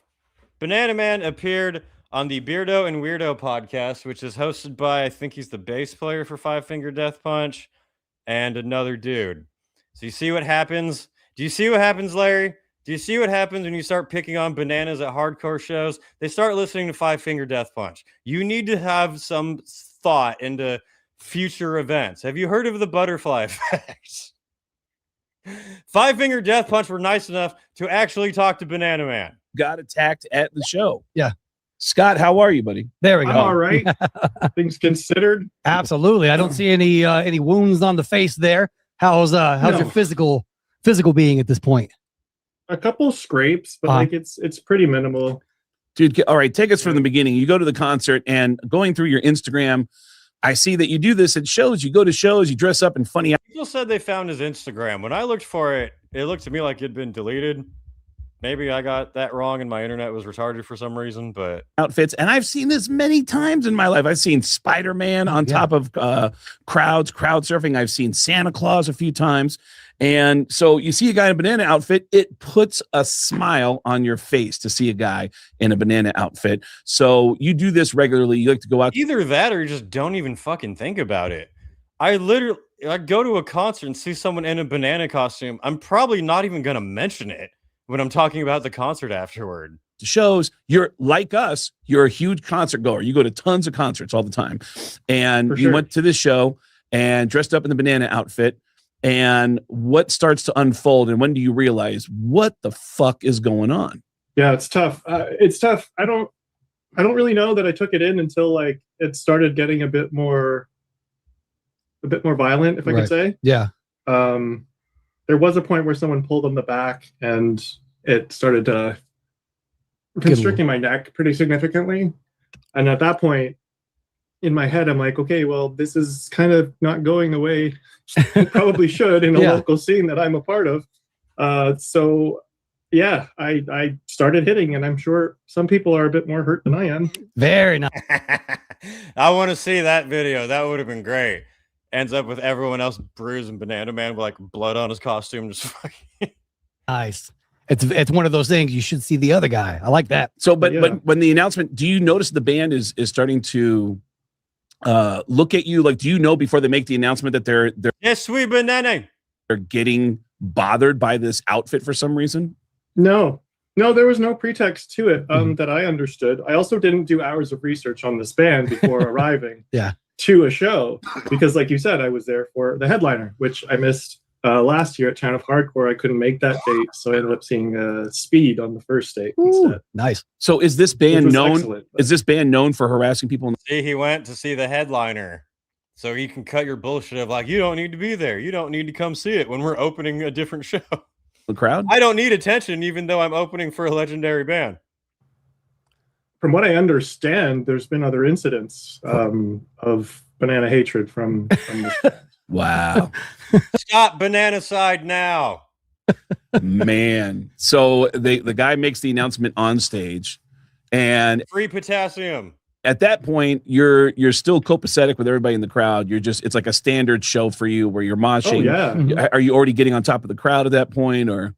A little bit. I was kind of taking it a bit easy because I was saving myself for the last set. But I think you can see kind of my happiness as he calls me, and I actually reach for a handshake, and he says, no, you don't get rewarded. Yeah, you can literally see that in the video, him like kind of pop up for a sec. I was going to say, hey, Scott, welcome to Toronto. Yeah. But, that took a turn pretty quickly. Yeah, this concert took place in Toronto. What was the venue? You're making me side with Five Finger Death Punch and defend a Canadian. Fuck this band. This concert took place at? It was a local venue, a small cap, like under 400. Okay. And again, you go to shows all the times, and you always, and usually do people, I have to imagine people want to take pictures with you. They're like, hey man, look at that outfit. I want to take a picture with you. Yeah. It's a good time. Like you see the banana guy, that dude is there having a wonderful time. Absolutely. Yeah. There to take pictures, there to hang out, crowd surf and whatnot. Like the positive vibes that a hardcore show is supposed to be, getting community together and just having a good time. And Banana Day keeps the hardcore band away. By the way, they're not hardcore. Hardcore is sick of it all. Terror, the band they're opening for. Enda is tardcore. We need to really separate between hardcore and tardcore. It upset me so much, especially after they get off there talking about the Free Palestine thing, where violence was against Palestine, right? And then inciting violence on a fan who paid money to come to the show. That is insane to me. F the police, and then followed by attack this guy. Exactly. F the police, like F like any kind of law and order, you know, and then attack. I mean, it's like, you know, and they're turning on your own people in the crowd. And I mean, hardcore is known for like crowd killing. I love all that stuff. You know, the hardcore dancing. It is kind but that's just me. Kind of like a violent thing, but to have, but there's a community. Yes, exactly. There's a community to take care of each other. We're all looking out for each other. That's the vibe of a hardcore show. I mean, I've been growing. There's a difference between you can get hurt at a show because people are going wild and everyone is targeting you with the intention to hurt you. Up in hardcore in Lexington, Cincinnati, Vegas. I love the vibe. Knock Loose is one of my favorite bands. And I go to these hardcore shows all the time. I have never seen anything like that. I've seen fights in the crowd, sure, but nothing ever incited by the band. And that's just, I mean, you're fighting against so much stuff from crowd safety in the first damn place. Sometimes you're having to deal with over aggressive bouncers, over aggressive security. Like we are our own community in that audience. We are there to take care of each other. And we've talked a few times on this show about how when you go to shows, we're there to take care of each other in the pit. Especially crowd surfers, and just to make sure everybody's all right. Where, you know, that is usually the unspoken code of conduct amongst fellow concert goers. Absolutely. So when this guy makes this announcement, do you immediately feel people going in that direction? Yeah. What's the first thing that you noticed? I was like, what antics am I about to be dragged into? Yeah. Are we doing a wall of death? Does he want a circle? Am I about to have to solo this whole song because he wants to see what I have? I don't know. Right. You know, it was weird. No, I think this is not a bad complaint. That the guy didn't deserve this at all, but people are going to strike back by wearing lots of fruit costumes, and then concerts are going to be real fruity going forward. I mean, depending on what band you see, it could already be the case, but yeah. Where are you mentally after something like that? Physically, you look pretty good. If no one wants someone wearing a really big fucking costume that actually is blocking the view from everyone, but he wasn't doing that. Where's your head at after this, going to a show and getting attacked by, you know, incited by a lead singer of a hardcore band? Well, I got a show on Saturday. Some of the local punk band that I grew up with, so I don't think there's any threat in that audience. I will probably remain and go do that again. Absolutely, yeah. No, stop. What's the names of the bands you're going to go see? Let's give them some press. Ill Scarlet, they'll be playing Warped Tour in Montreal as well. They're locals here from Peel Region in Ontario. Very nice. There we go. You guys can go to their Instagram, their Spotify, check out that music there. We'll put that link up there too. Let's go. Here to me, how many people actually thought it was okay to do this, and how many comments I've seen online. The majority of people are like, fuck that. And if you go to that band's Instagram right now, people are leaving just banana emojis like, you bitch ass fucking bitches. I mean, hardcore is known to be tough. Yeah. And to get upset over a banana costume. It's ridiculous. Yeah. It's absolutely ridiculous. So you got the end. That's what I don't understand about the band. It was just the complete lack of knowing how that's going to be viewed. You have to know in the times of the internet that if you show that something gets to you, people are going to overwhelm you with that thing. You can't show any type of weakness in online, especially your clip went super viral. That's why everything happened. You should have known by making a situation like that, everyone going to be like, oh, we're going to come back wearing a bunch of fruit and making fun of this band now. If you'd not said anything, you'd be on tour with Hatebreed right now. Result was people attacking you, trying to rip the costume off. Did anybody actually punch you? Did anybody assault you? Hard to say. But yeah, you thought the set list was so big and written fucking crayon. Felt a scrum right away. No more than in a wall of death. Like, yeah, exactly. It is a hardcore show. Craig, I don't know that Craig's ever actually been to a hardcore show. I have. A hardcore show. Which one? I mean, growing up, I would go see like Exodus and Anthrax. It's more thrash, though. Yeah, thrash, but it was like I'm thinking New York hardcore. Yeah, Agnostic Front. That's hardcore. Yeah. That's hardcore, not tardcore. Hatebreed is okay. I'll give you. I'll give you Hatebreed. It annoyed us both to no end because, and I brought this up a few times. We played the video once that Chris's singer has on stage at a big festival is at. I didn't even know there was anything going on in the crowd. I just know it was like tens of thousands of people. There's crowd surfers, and then at one point, Chris's singer Ivan stopped the show and said, "Hey, I'm just going to let you know, be crazy people out there. No, if I see one more guy try to feel up a girl that's on top of the crowd, I am personally coming out there to beat the shit out of you." Yeah. And the entire stadium went, yeah. Exactly. And we were all unified on behalf of the safety of all of us. Absolutely. So to see this moment happen where a guy on stage is turning the audience against one person who's just had. Wait. You fucking asshole. Burning Moon Sickness. If I had a band, I'd go on stage in a gorilla suit and start by saying we're End It from Baltimore. God damn. Boo this man!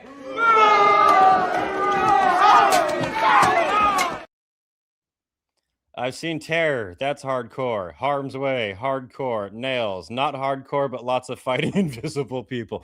That's what I said in my Milwaukee video. Nails is basically death metal, but one that all the hardcore people get down to. Anyway. And it sucks. Having fun. And under the bullshit premise of you wanted attention, now you're going to get it. It defies logic. Yeah. And like at those events too, we are all family, whether it's a metal show, whether it's hard. The dumbest thing was a singer saying that I don't need the attention. Well, you're the vocalist of a band, so in some ways you kind of do, but what time was it? Anyway, I see people in the chat are talking about GTA 6. That's metal. Something stupid dumb. Anyone going to pre-order GTA 6 tomorrow? What's the point? If you play on PC, what's the point of pre-ordering? Can't you just get it right away? I'm excited for GTA 6. I'm gonna play it. I'm good with waiting. I have plenty of time. My Steam backlog is way too long. I keep becoming more powerful with mods. So like I have no thought of like, oh, I can't wait for GTA 6. Well, I don't care if it comes out in 5 years. I'll play it, but I'm chilling. And I have some Steam credit, so I'm just waiting on that. I don't give a damn about GTA personally. GTA 4 Lost and Damned had hardcore bands in it.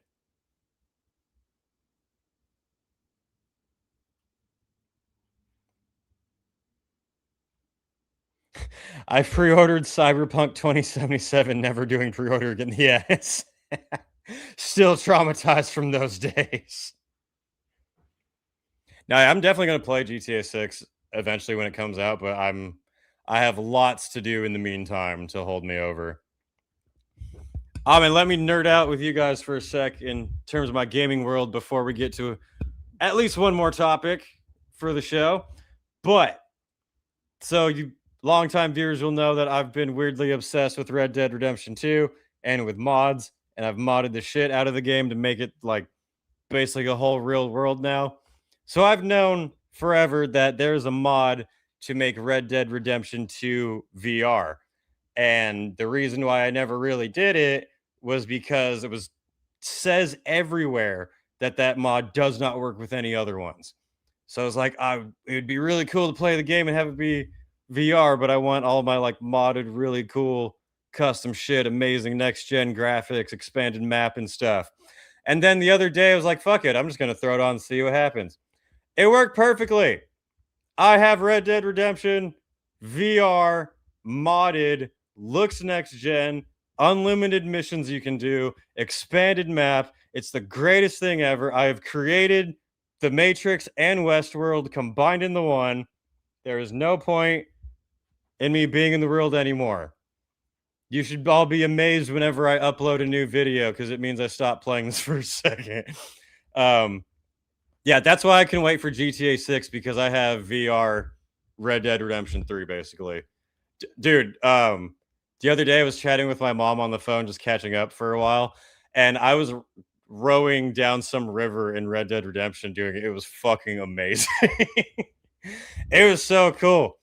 It's funny, these games fucking you play through a million times and you know the map like the back of your hand, and then you do it in VR and you're like, I can literally just walk without doing anything. I could do that all day, and it's the most like gorgeous thing ever.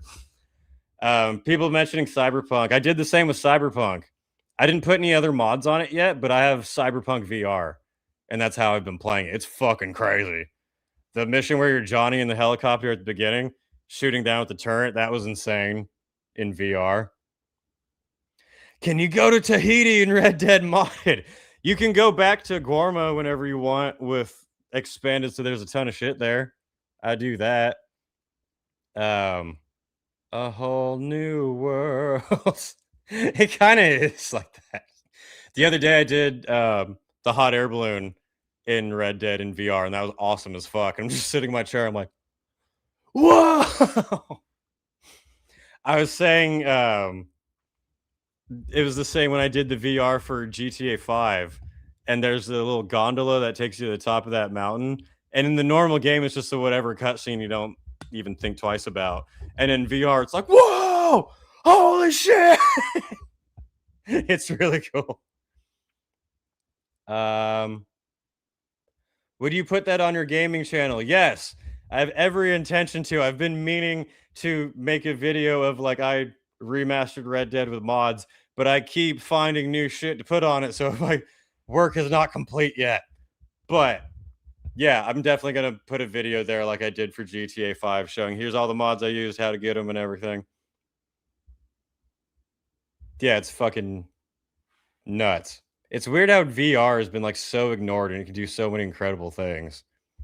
Like I have Hogwarts Legacy VR, where you're walking around Hogwarts with a wand in your hand and you can do things. That's a mod you can get for free. They could just license that and sell it and make another $1 billion fucking dollars. But they don't because they're retarded. Why? What's your first FPS you ever played? Mine was Turok on N64. Mine was GoldenEye on N64. I have no idea how we use those stupid fucking controllers. What mods do you use? Do you have a list posted anywhere? I just reinstalled RDR2 and want to mod it. Oh, dude. I don't think I have the mod list up anywhere right now, but just be patient and I will make the video soon of all the crazy mods I use to make it amazing. There's a channel I like watching called It's Deeps, and that's how I learned to mod, was by watching his channel. Will Omega says, your videos are so awesome. I love watching them. Love you, Wyatt. Thank you. That is very nice. I appreciate that. Thank you for tuning in and watching. Damn, sex and Cyberpunk with VR must be nice. It was weird. I definitely tried it. It's definitely weird. You're just kind of sitting there like, all right, bitch.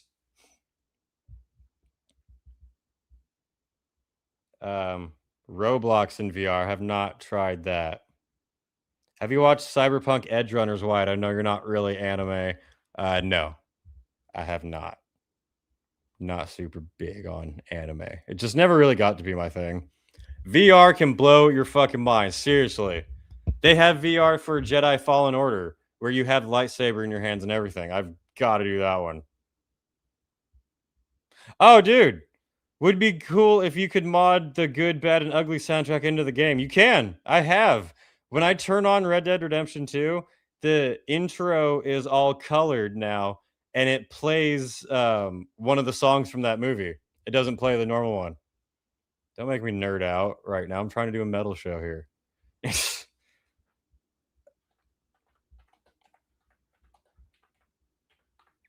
Typed in good bag ugly in the search and it pulled up pictures of my ex. It's crazy. No, I'm kidding. I'm fucking kidding.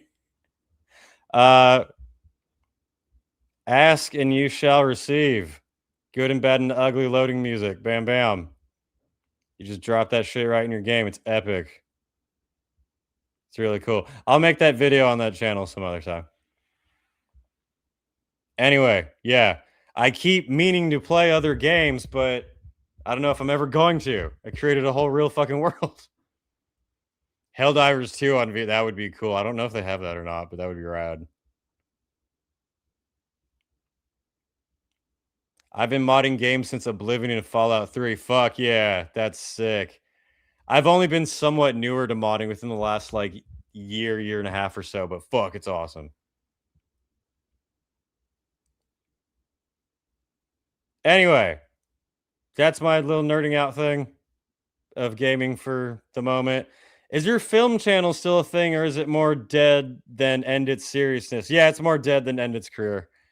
No, the film channel was the first thing I did on YouTube, and then I started doing the metal channel, and not only did that start taking off, but I not only got bored about talking about film stuff, but I completely lost all interest in it. I don't think I've seen a new movie this year. So, yeah, I just stopped doing that because I just don't give a fuck anymore. Wait, Wyatt has a gaming channel. Yes, indeed, I do. Give me 1 sec. I don't do anywhere near as much with it as I should. There's not that many videos on it, but I've got some of my mod showing off stuff on here. Go here. WM Games. I definitely need to think of a cooler name for it. This is why you haven't heard about it much, because I don't use it as much as I should. I did make a video on how to make Undead Nightmare 2, so you can check that out.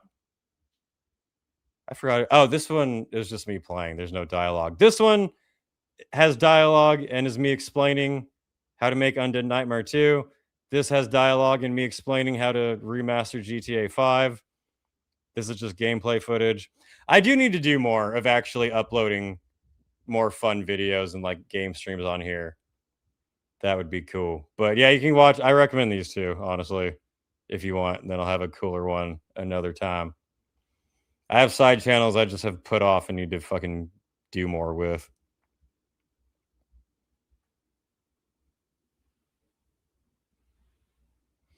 Wait, why do you like Forza? I haven't really played it. I was never really big on like the serious like real world racing games. I was more Burnout, stealing and crashing cars type of person. So I haven't really played it. The only movie I want to see this year is the new Godzilla movie. Yeah. And even that, I would struggle to actually go to a theater. I'll probably pirate it.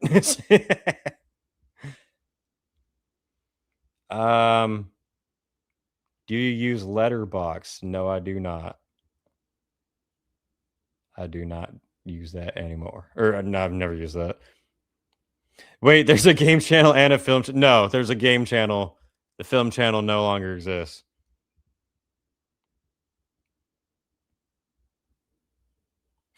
I don't like nerding out, dude. We're metalheads. We're all a bunch of dorks. Oh God, why have you got PS5? No. Have you done the underwater experience in VR where you're lowered into ocean to a cage to see sharks? Absolutely fucking not. Are you trying to make me die of a heart attack? I thought you liked the channel. I thought you want to watch videos. No. I'm fucking terrified of the ocean and sharks and shit. I'm never doing that shit. Fuck that.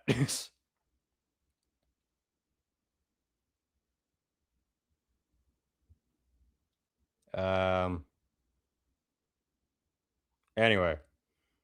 Film Rebel when he was boring. No offense, Wyatt. It was my first channel.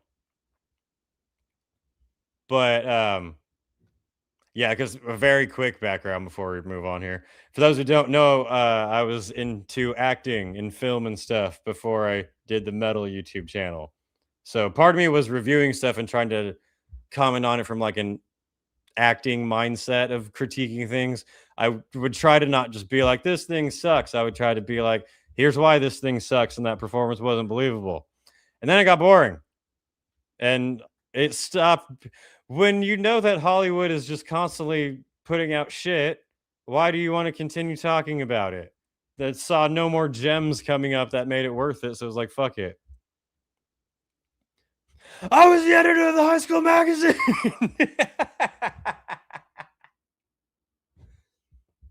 Exactly. Hey, a fellow cinephile. Yeah, I did acting classes. I did filmmaking classes. All that fun stuff. It was a good time. But let me move on really quick. But first, I need to feed Rocket because he's bugging me for food. But I can start the next topic. So, let's talk about something really fun in metal. Another really stupid fucking controversy that's been going on a little bit lately. Not as bad as Bananagate, but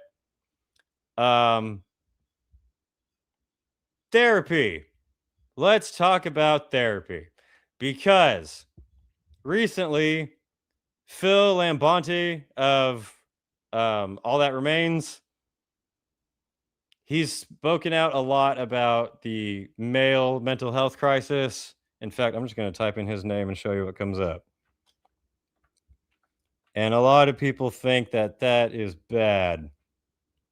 If you type in Phil Lambounty news, it will show up some fun stuff. So if you check metal news outlet headlines and some normal ones, first one is Silent Planet don't hold back against Tim Pool, who supports Phil Lambounty's take that therapy is for women. All That Remains singer Phil says men don't solve their problems by talking. All That Remains frontman doubles down on his therapy is for women claim. All That Remains frontman confirms he's a right-winger and state men do not need therapy. Never see any going around about like left-winger Tom Morello or whatever.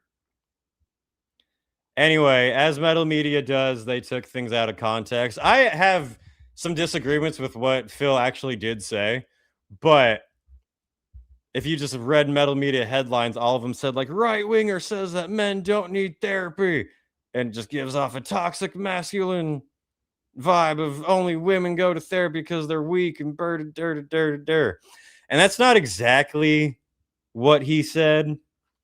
Broken clock is right twice a day. I like Phil, but he's wrong here. I think he is right about some points, but I think he's wrong about other parts of it. Well, I'm going to do what no one else on Metal YouTube does. I'm going to approach this from a balanced perspective, offering critical thinking. I'm not just going to go,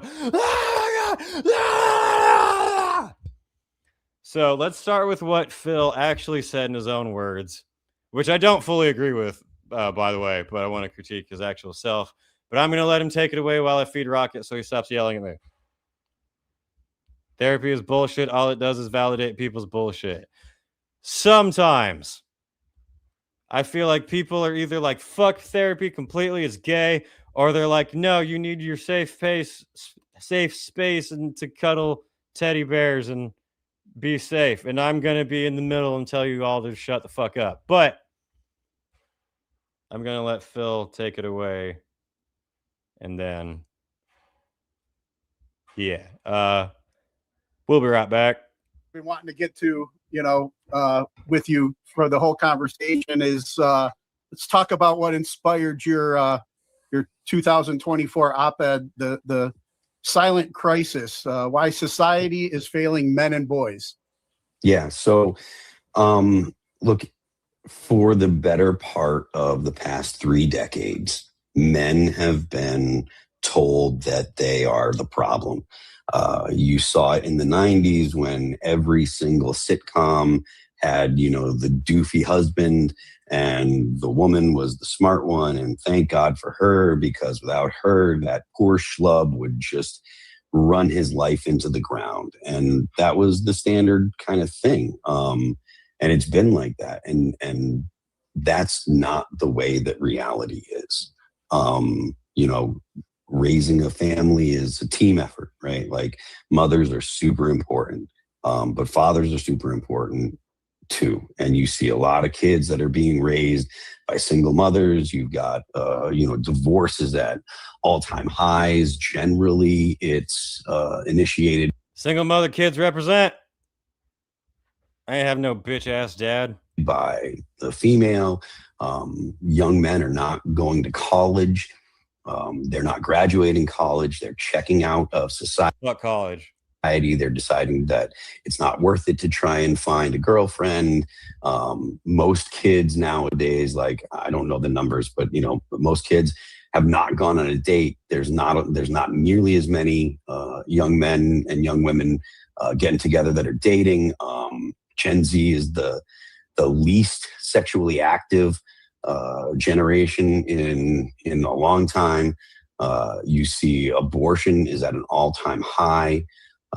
All of these things are directly downstream from absolute facts. This comment, I disagree with Phil on some points, but these tards are just attacking him for the crime of disagreeing with the leftist herd. Yeah, it's the same people who are attacking Jack and the same people who are defending End It. Feminism and the massive influence that the left and feminist ideas have on society. The idea that a woman can be the boss babe and a mother at the same time is a total lie. You cannot do both. You can do one or the other.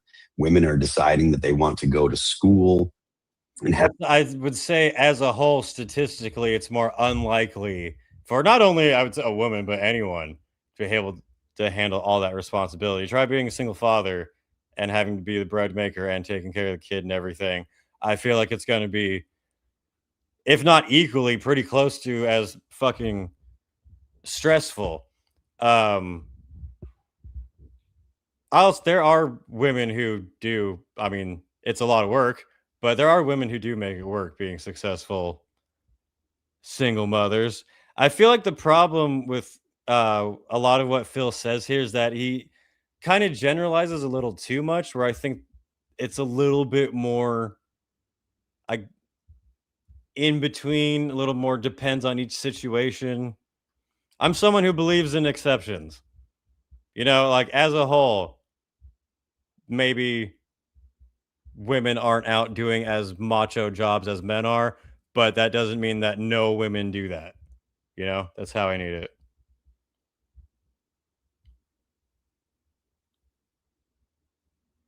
Wait, what the hell's going on here in the comments?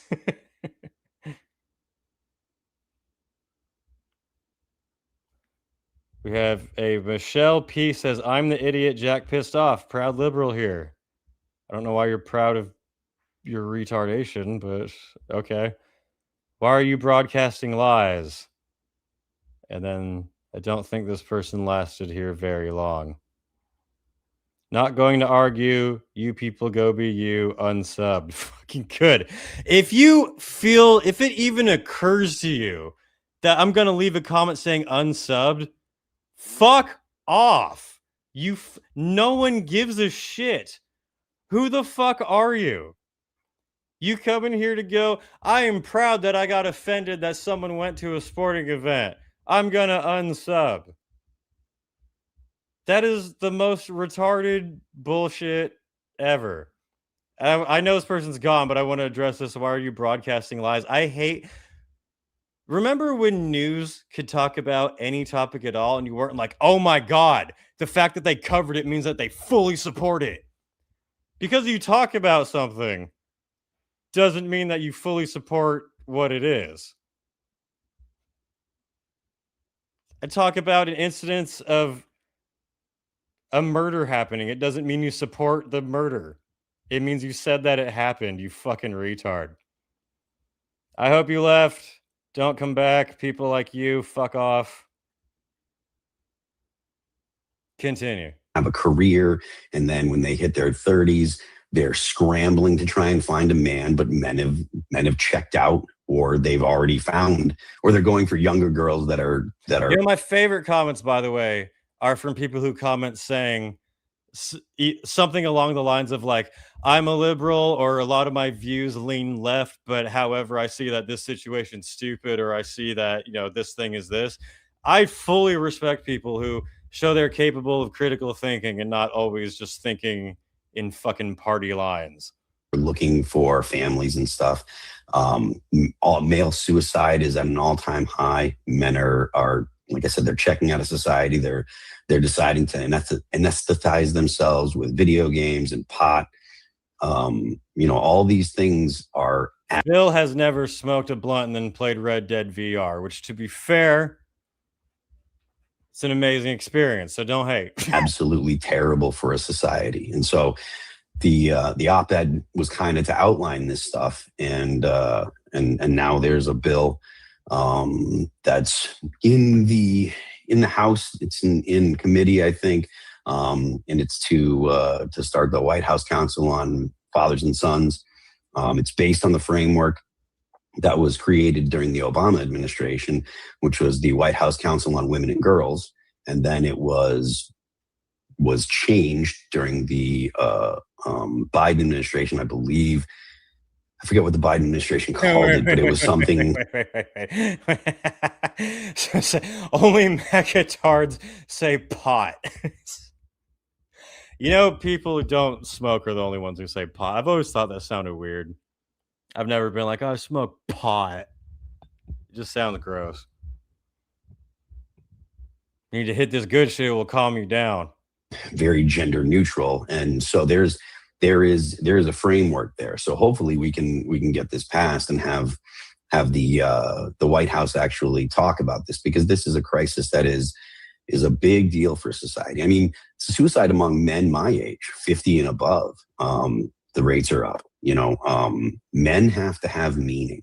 Men need something to do. This is basically the whole part of what people have been commenting on, which, yeah, he says men need to have meaning in their life. I think probably most humans do, but the idea that men can go to therapy and that's going to solve their problems is ridiculous. Therapy is for women. Men don't solve their problems by talking. Men solve their problems through action. So men should be doing things with other men, right? Like building things, going out and fixing cars, whatever it is. But those kind of activities are what will help a man feel accomplished, help a man feel like he's got purpose. Just going and talking to a therapist, that's not what fixes men. That's not what fixes men at all. Men need goals that are achievable, and they need to make progress to those goals. That kind of stuff is what will help a man feel empowered, feel good about himself. That's the kind of stuff that men need. And the idea that, you know, all of this is a man's world. Society is telling men, oh, you should be more like women, or you should go to therapy. None of these things help men. And the evidence is in the statistics. The evidence is in the suicide rate. It's in the depression rate. It's in the fact that men are checking out from society. Like, yeah, I agree with this comment 100%. To be fair, therapy for men should include things like cleaving wood with an axe in order to work. Yeah. You need to go into the wood and kill and eat a mountain lion and sacrifice it to Satan. I agreed with him until this. I feel talking about this helps a lot. Yeah, so let me get to the Savior of Metal's point here. He is right in that men require some type of action, some goal, something to work toward. Action is a good way to put it. But if you only have that action without actually processing what's going on, you can just run yourself into overdrive like a car with a fucking blown engine, speedometer, whatever. I'm not a car person. But so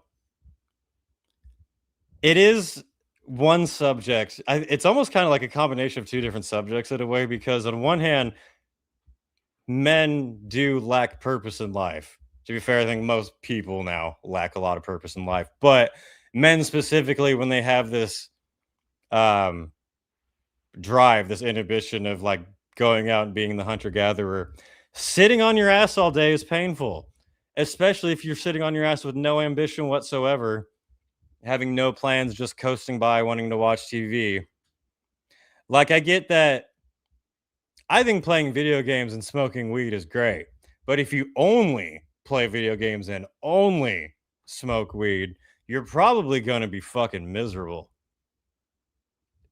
You're going to want to get up and physically do things. It's like working out. Fucking the thought of working out is like mentally crippling for me. But the moment I start doing it, I feel fucking fantastic. And it's that thing, you keep doing it and it sucks at first, but then you get to see the result of it. I think men, but I say plenty of women too, do need to learn to work toward achieving something. We need to work toward building something that you can be proud of, that you can see the end result of and be like, I did that, I made this thing. That's something I think lots of people lack. Like when you hear kids nowadays saying their goal is to grow up and become an influencer. I'm like, ew.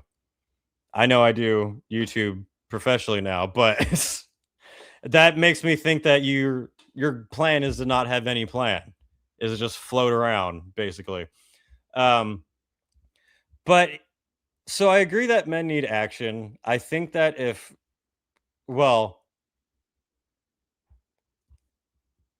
men need action. If you're only going to therapy, not acting on anything, that's pretty much going to do fuck all for you. That doesn't mean you have to go get an axe and chop down wood. But the problem with a lot of therapists, I feel like it's wrong to say just go to any therapy at all, no matter what. Because there's some fucking shit therapists out there. There's some really fucked up ones. There's some creepy ones. There's a lot of ones who don't know what the fuck they are talking about at all. It's very normal to have to go through multiple therapists until you find one that's not psychotic. That goes for women too. But some people have the idea that like any person with the badge that says therapist, it like knows everything ultimately and will help you out. And like, no, I've had some awful ones. I'm someone who went through therapy, went through a couple different therapists I had extreme anxiety issues. I actually do take anti-anxiety medications. I think I might be the only person who does take anti-anxiety meds and actually is not insane from it. Like they actually worked for. I'm the one person who they actually worked as described on the bottle. Everyone else seems to go crazy and shoot up a school. And I'm just like, I'm going to make videos. But so I think that if you are using this example, a man who is only acting and never putting any thought or any communication into how you're processing things and how that is affecting the meat suit that you're operating in at this time, then that can lead you to more severe problems, more restless behavior, more just isolating yourself because you just like, I have no problem with me. It's everyone else's problem. I used to be like that a little bit. So only acting with no processing, I think it might make you feel better a bit. It's better than sitting around doing nothing, but you're never going to address an actual problem. If you have a behavioral problem that you have never sat down and addressed, that's not going to get better by you chopping down a bunch of wood. But if you are sitting around just crying that your girlfriend left you doing literally nothing, then going out and chopping wood will make you feel better. Do you understand what I mean? Like my life got exponentially better when I had goals that I could work on and see improvements on and see what's bananas. Yeah. Did I miss the banana saga? Yes, you did. Men do not need to go to therapy. Men need bananas. That's why Ended is so fucked up. That's true, but that's what he meant when he said it's for women. He meant it's a corrupted area not to benefit men, just like school. Yeah, and I think women might be more susceptible to a shitty therapist who's just saying like, you're perfect the way you are and everyone else has a problem. Maybe. Not that men don't have that too. That's what I'm saying. If your therapist is just repeating shit you already want to hear, there's no point to that. But men can definitely benefit from therapy where they are actually processing how they receive things, how they respond, their effects, because that's what I did. It was hard. It wasn't fun to have the realization of maybe I need to work on myself in some ways, but if I only acted without therapy, I would probably be more hot-headed. I would still be having like anger and anxiety issues. I wouldn't have improved and like calmed down and been able to handle situations better. But if I only went to a therapist and did nothing else and was only saying like, I'm sad, it's everyone else's fault, then yeah, it's just, you need both. Stop this stupid argument. You need both. These ideas don't work for men because men and women are not the same. And there's nothing, this is not in any way an attack on women, but men and women need to be treated as if they are men and women. You know, they're two different psychologies. And that's not to say that there aren't men with more feminine characteristics or women with more masculine characteristics, but broadly, men are different than women, and they need different things to make them feel psychologically, make them feel emotionally fulfilled and psychologically, acceptable. But I feel like probably women in the chat, if you feel free to chime in, that women also need something to work towards, would be a different thing. It could be either one, if you're old school and like raising a kid in a family, doing that, but also if you're into either accounting, arts, some type of thing, then you could still have that. I think it's more humans need goals to work toward. I think men and women probably mostly can have different goals in different fields, but there's no women in this chat. You're right. My bad. It's just, let's just go back to throwing bananas. Now, I'm a person in recovery. In recovery, the first step to, fixing a problem is admitting there is one, acknowledging the problem. During my journey, I found that my personal growth has developed more in like stag meetings, men's meetings, Sure. And I recently had Evan Seinfeld, the Biohazard, on. Oh yeah, cool. And talking about mentorship and what he does with the men. I think one thing I'll say though is that men or women, you do need a therapist that actually understands you, because he's writing that you could be, if Phil went to a therapist who was like a scrawny little woke gay theater kid, probably going to get nothing out of that therapy session. But if Phil is sitting down talking about difficult things with other men who've either been through that or understand that, which is basically what he is saying here, then that is still a form of therapy. It is therapy. It's just not the usual what you would expect. BetterHelp.com will encourage you to kill yourself and then take no accountability. And in fact, I've been on a couple of those he invited me to. And it's like you said, it's like, for me, during my journey, like I had to find a new purpose. Once I retired from the military, I didn't want to be the guy always ordering grunt work shirts and talking about the good old days or what it was. Yeah. I have to still continue doing something. And, part of my, I guess, struggles with my self-esteem and mental health, I would numb with alcohol and drugs to feel that confidence or whatever. Like a goddamn man. Since I got sober, this part of my healing and my journey is having this purpose, and this purpose of having this podcast. For me, this is part of my, been part of my recovery. What else do you feel out there? I mean, you can make legislation, but that's basically the main thing. But so Phil said, well, hang on to read the comment. As the one lone woman here, thank you for your service, by the way.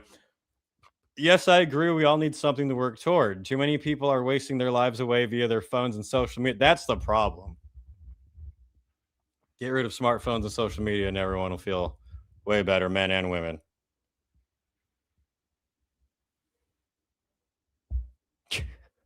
Wait, why did you go from talking about metal to boring softy therapy shit? Exactly that. That's exactly why.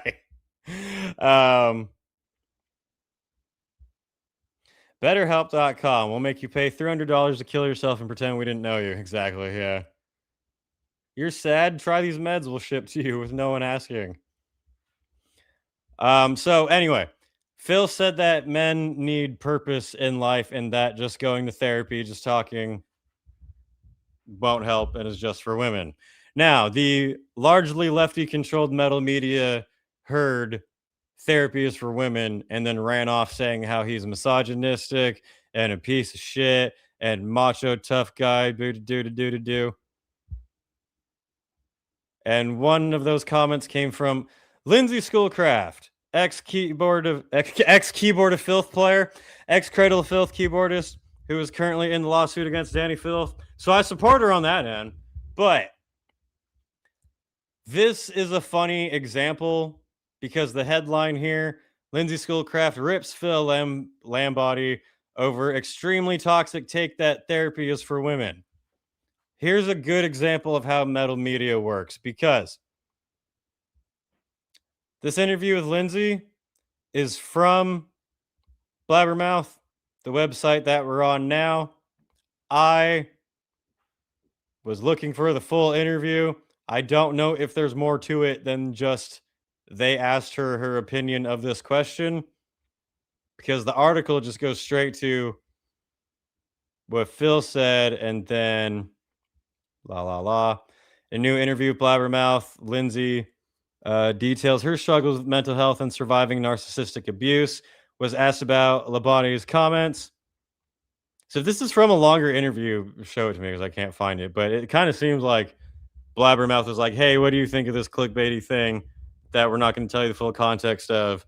All right, we're going to take your thing and not in full context and post that and just make everyone fight each other. Welcome to the internet. Lindsay, who I don't think watched that video, was asked what she thought of Phil's comments.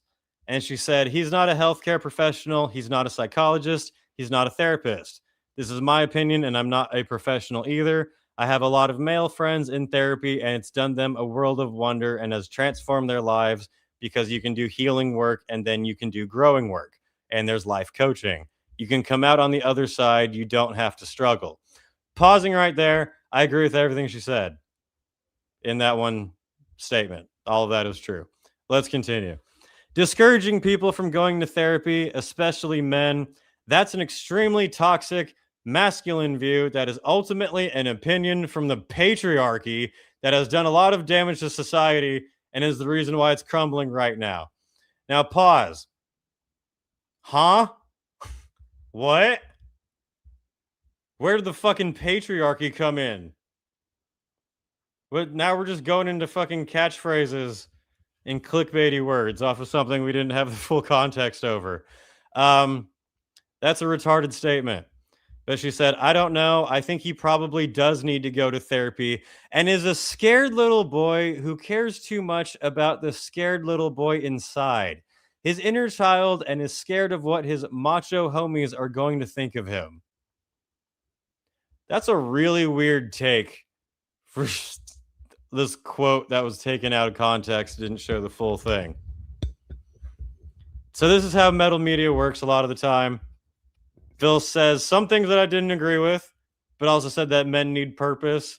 Metal media runs with right winger says therapy's gay. And then let's find random female musicians to say that he's just a scared little boy, even though we didn't actually listen to what he said and respond to it.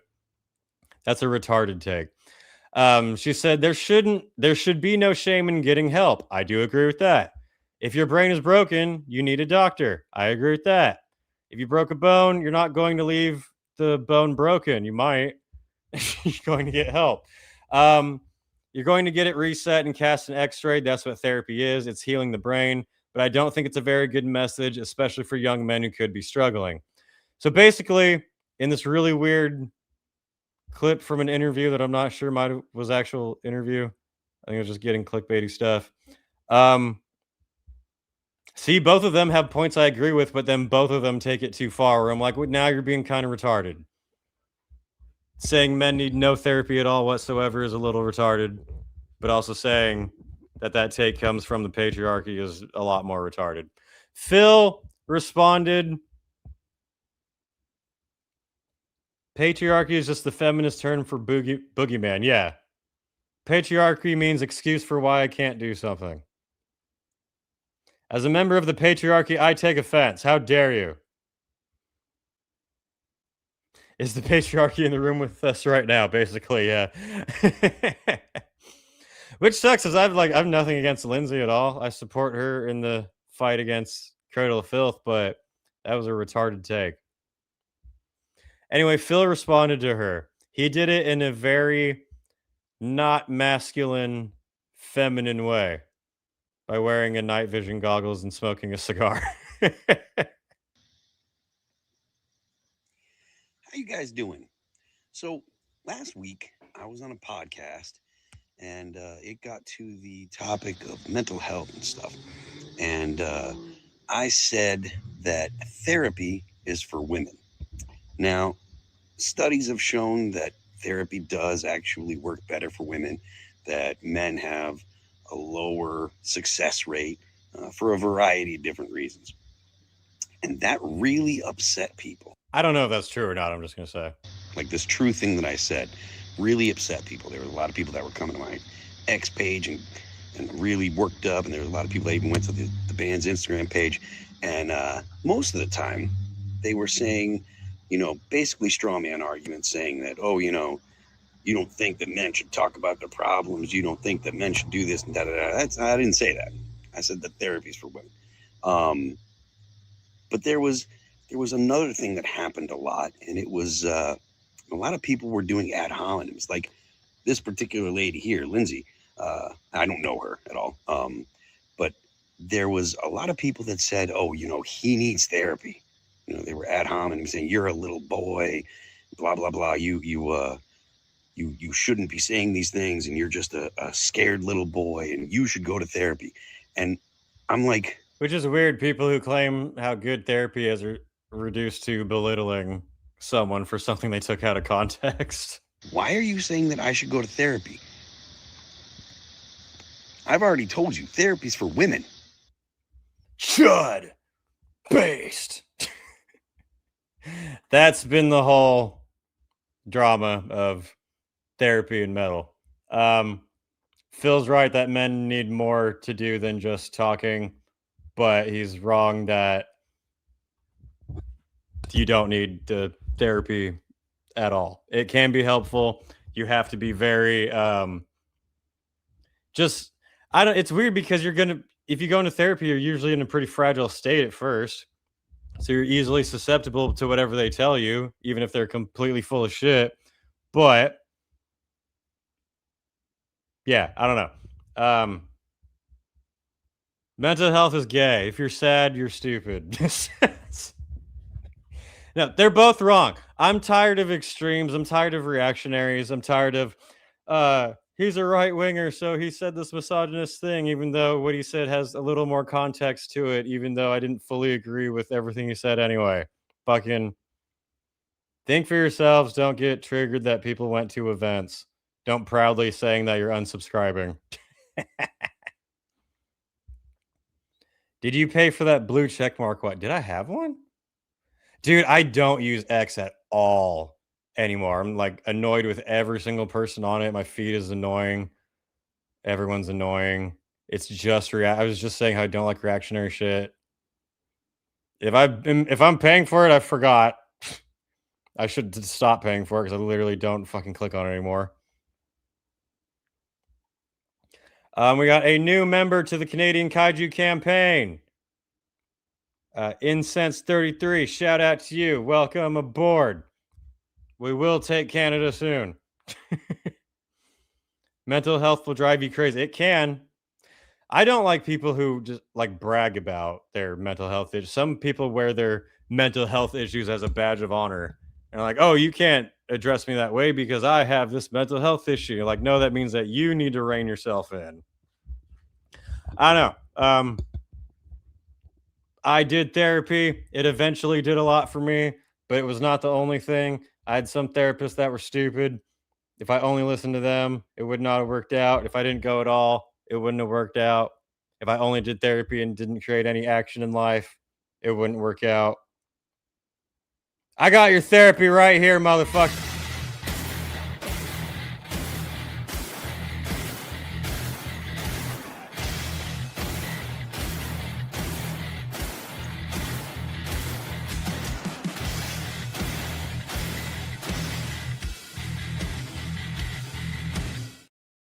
I should make this a shirt. That'd be hilarious.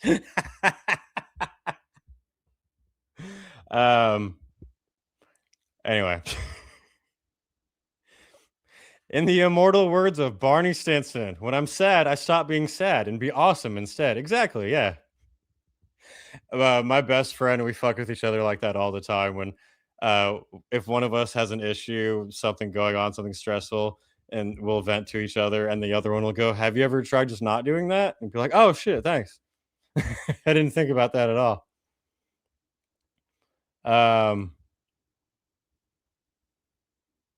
Fucking, where am I going? Oh shit, and we got gifted 5 Wyatt's Metal memberships from Incense 33. Fuck yeah. Just doing my part to destroy Canada.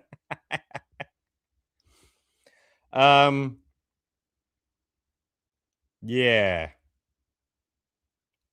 That is pretty much everything I had to cover today on the Wyatt's Metal podcast.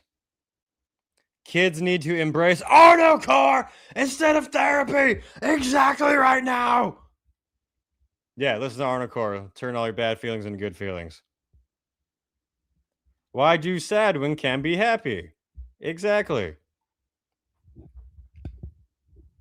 This fucking point, I'll move on after this, but this is a great mic drop to end on. But if I drop this mic, it's going to break even more than it already is. People with real mental health problems very often don't brag about their mental health problems. Exactly. Most people who do just want attention or have very slight issues there where they just don't want to think hard for 1 second. But yeah. Anyway, I think... Oh, God. I'm sad that Ozzy's family is shitting on his legacy with this Ahab. Watch the beginning of this podcast. God damn, we're just talking about that. Fucking... Move this man! That's from the heart. No, but that is gonna be it for this episode of the Wyatt's Metal podcast. I have to finish my next video, which is going to be 10 tour disasters. It'll be sad. There'll be a lot of dead bodies. I recommend getting like a pillow or something to cuddle with. I also have to call places to potentially move to. Exciting developments coming in the future. Thank you all for tuning in. I will probably see you all next week. My new video will be online tomorrow, so keep an eye out for that. And take it away, Officer Trevor, going to see Dark.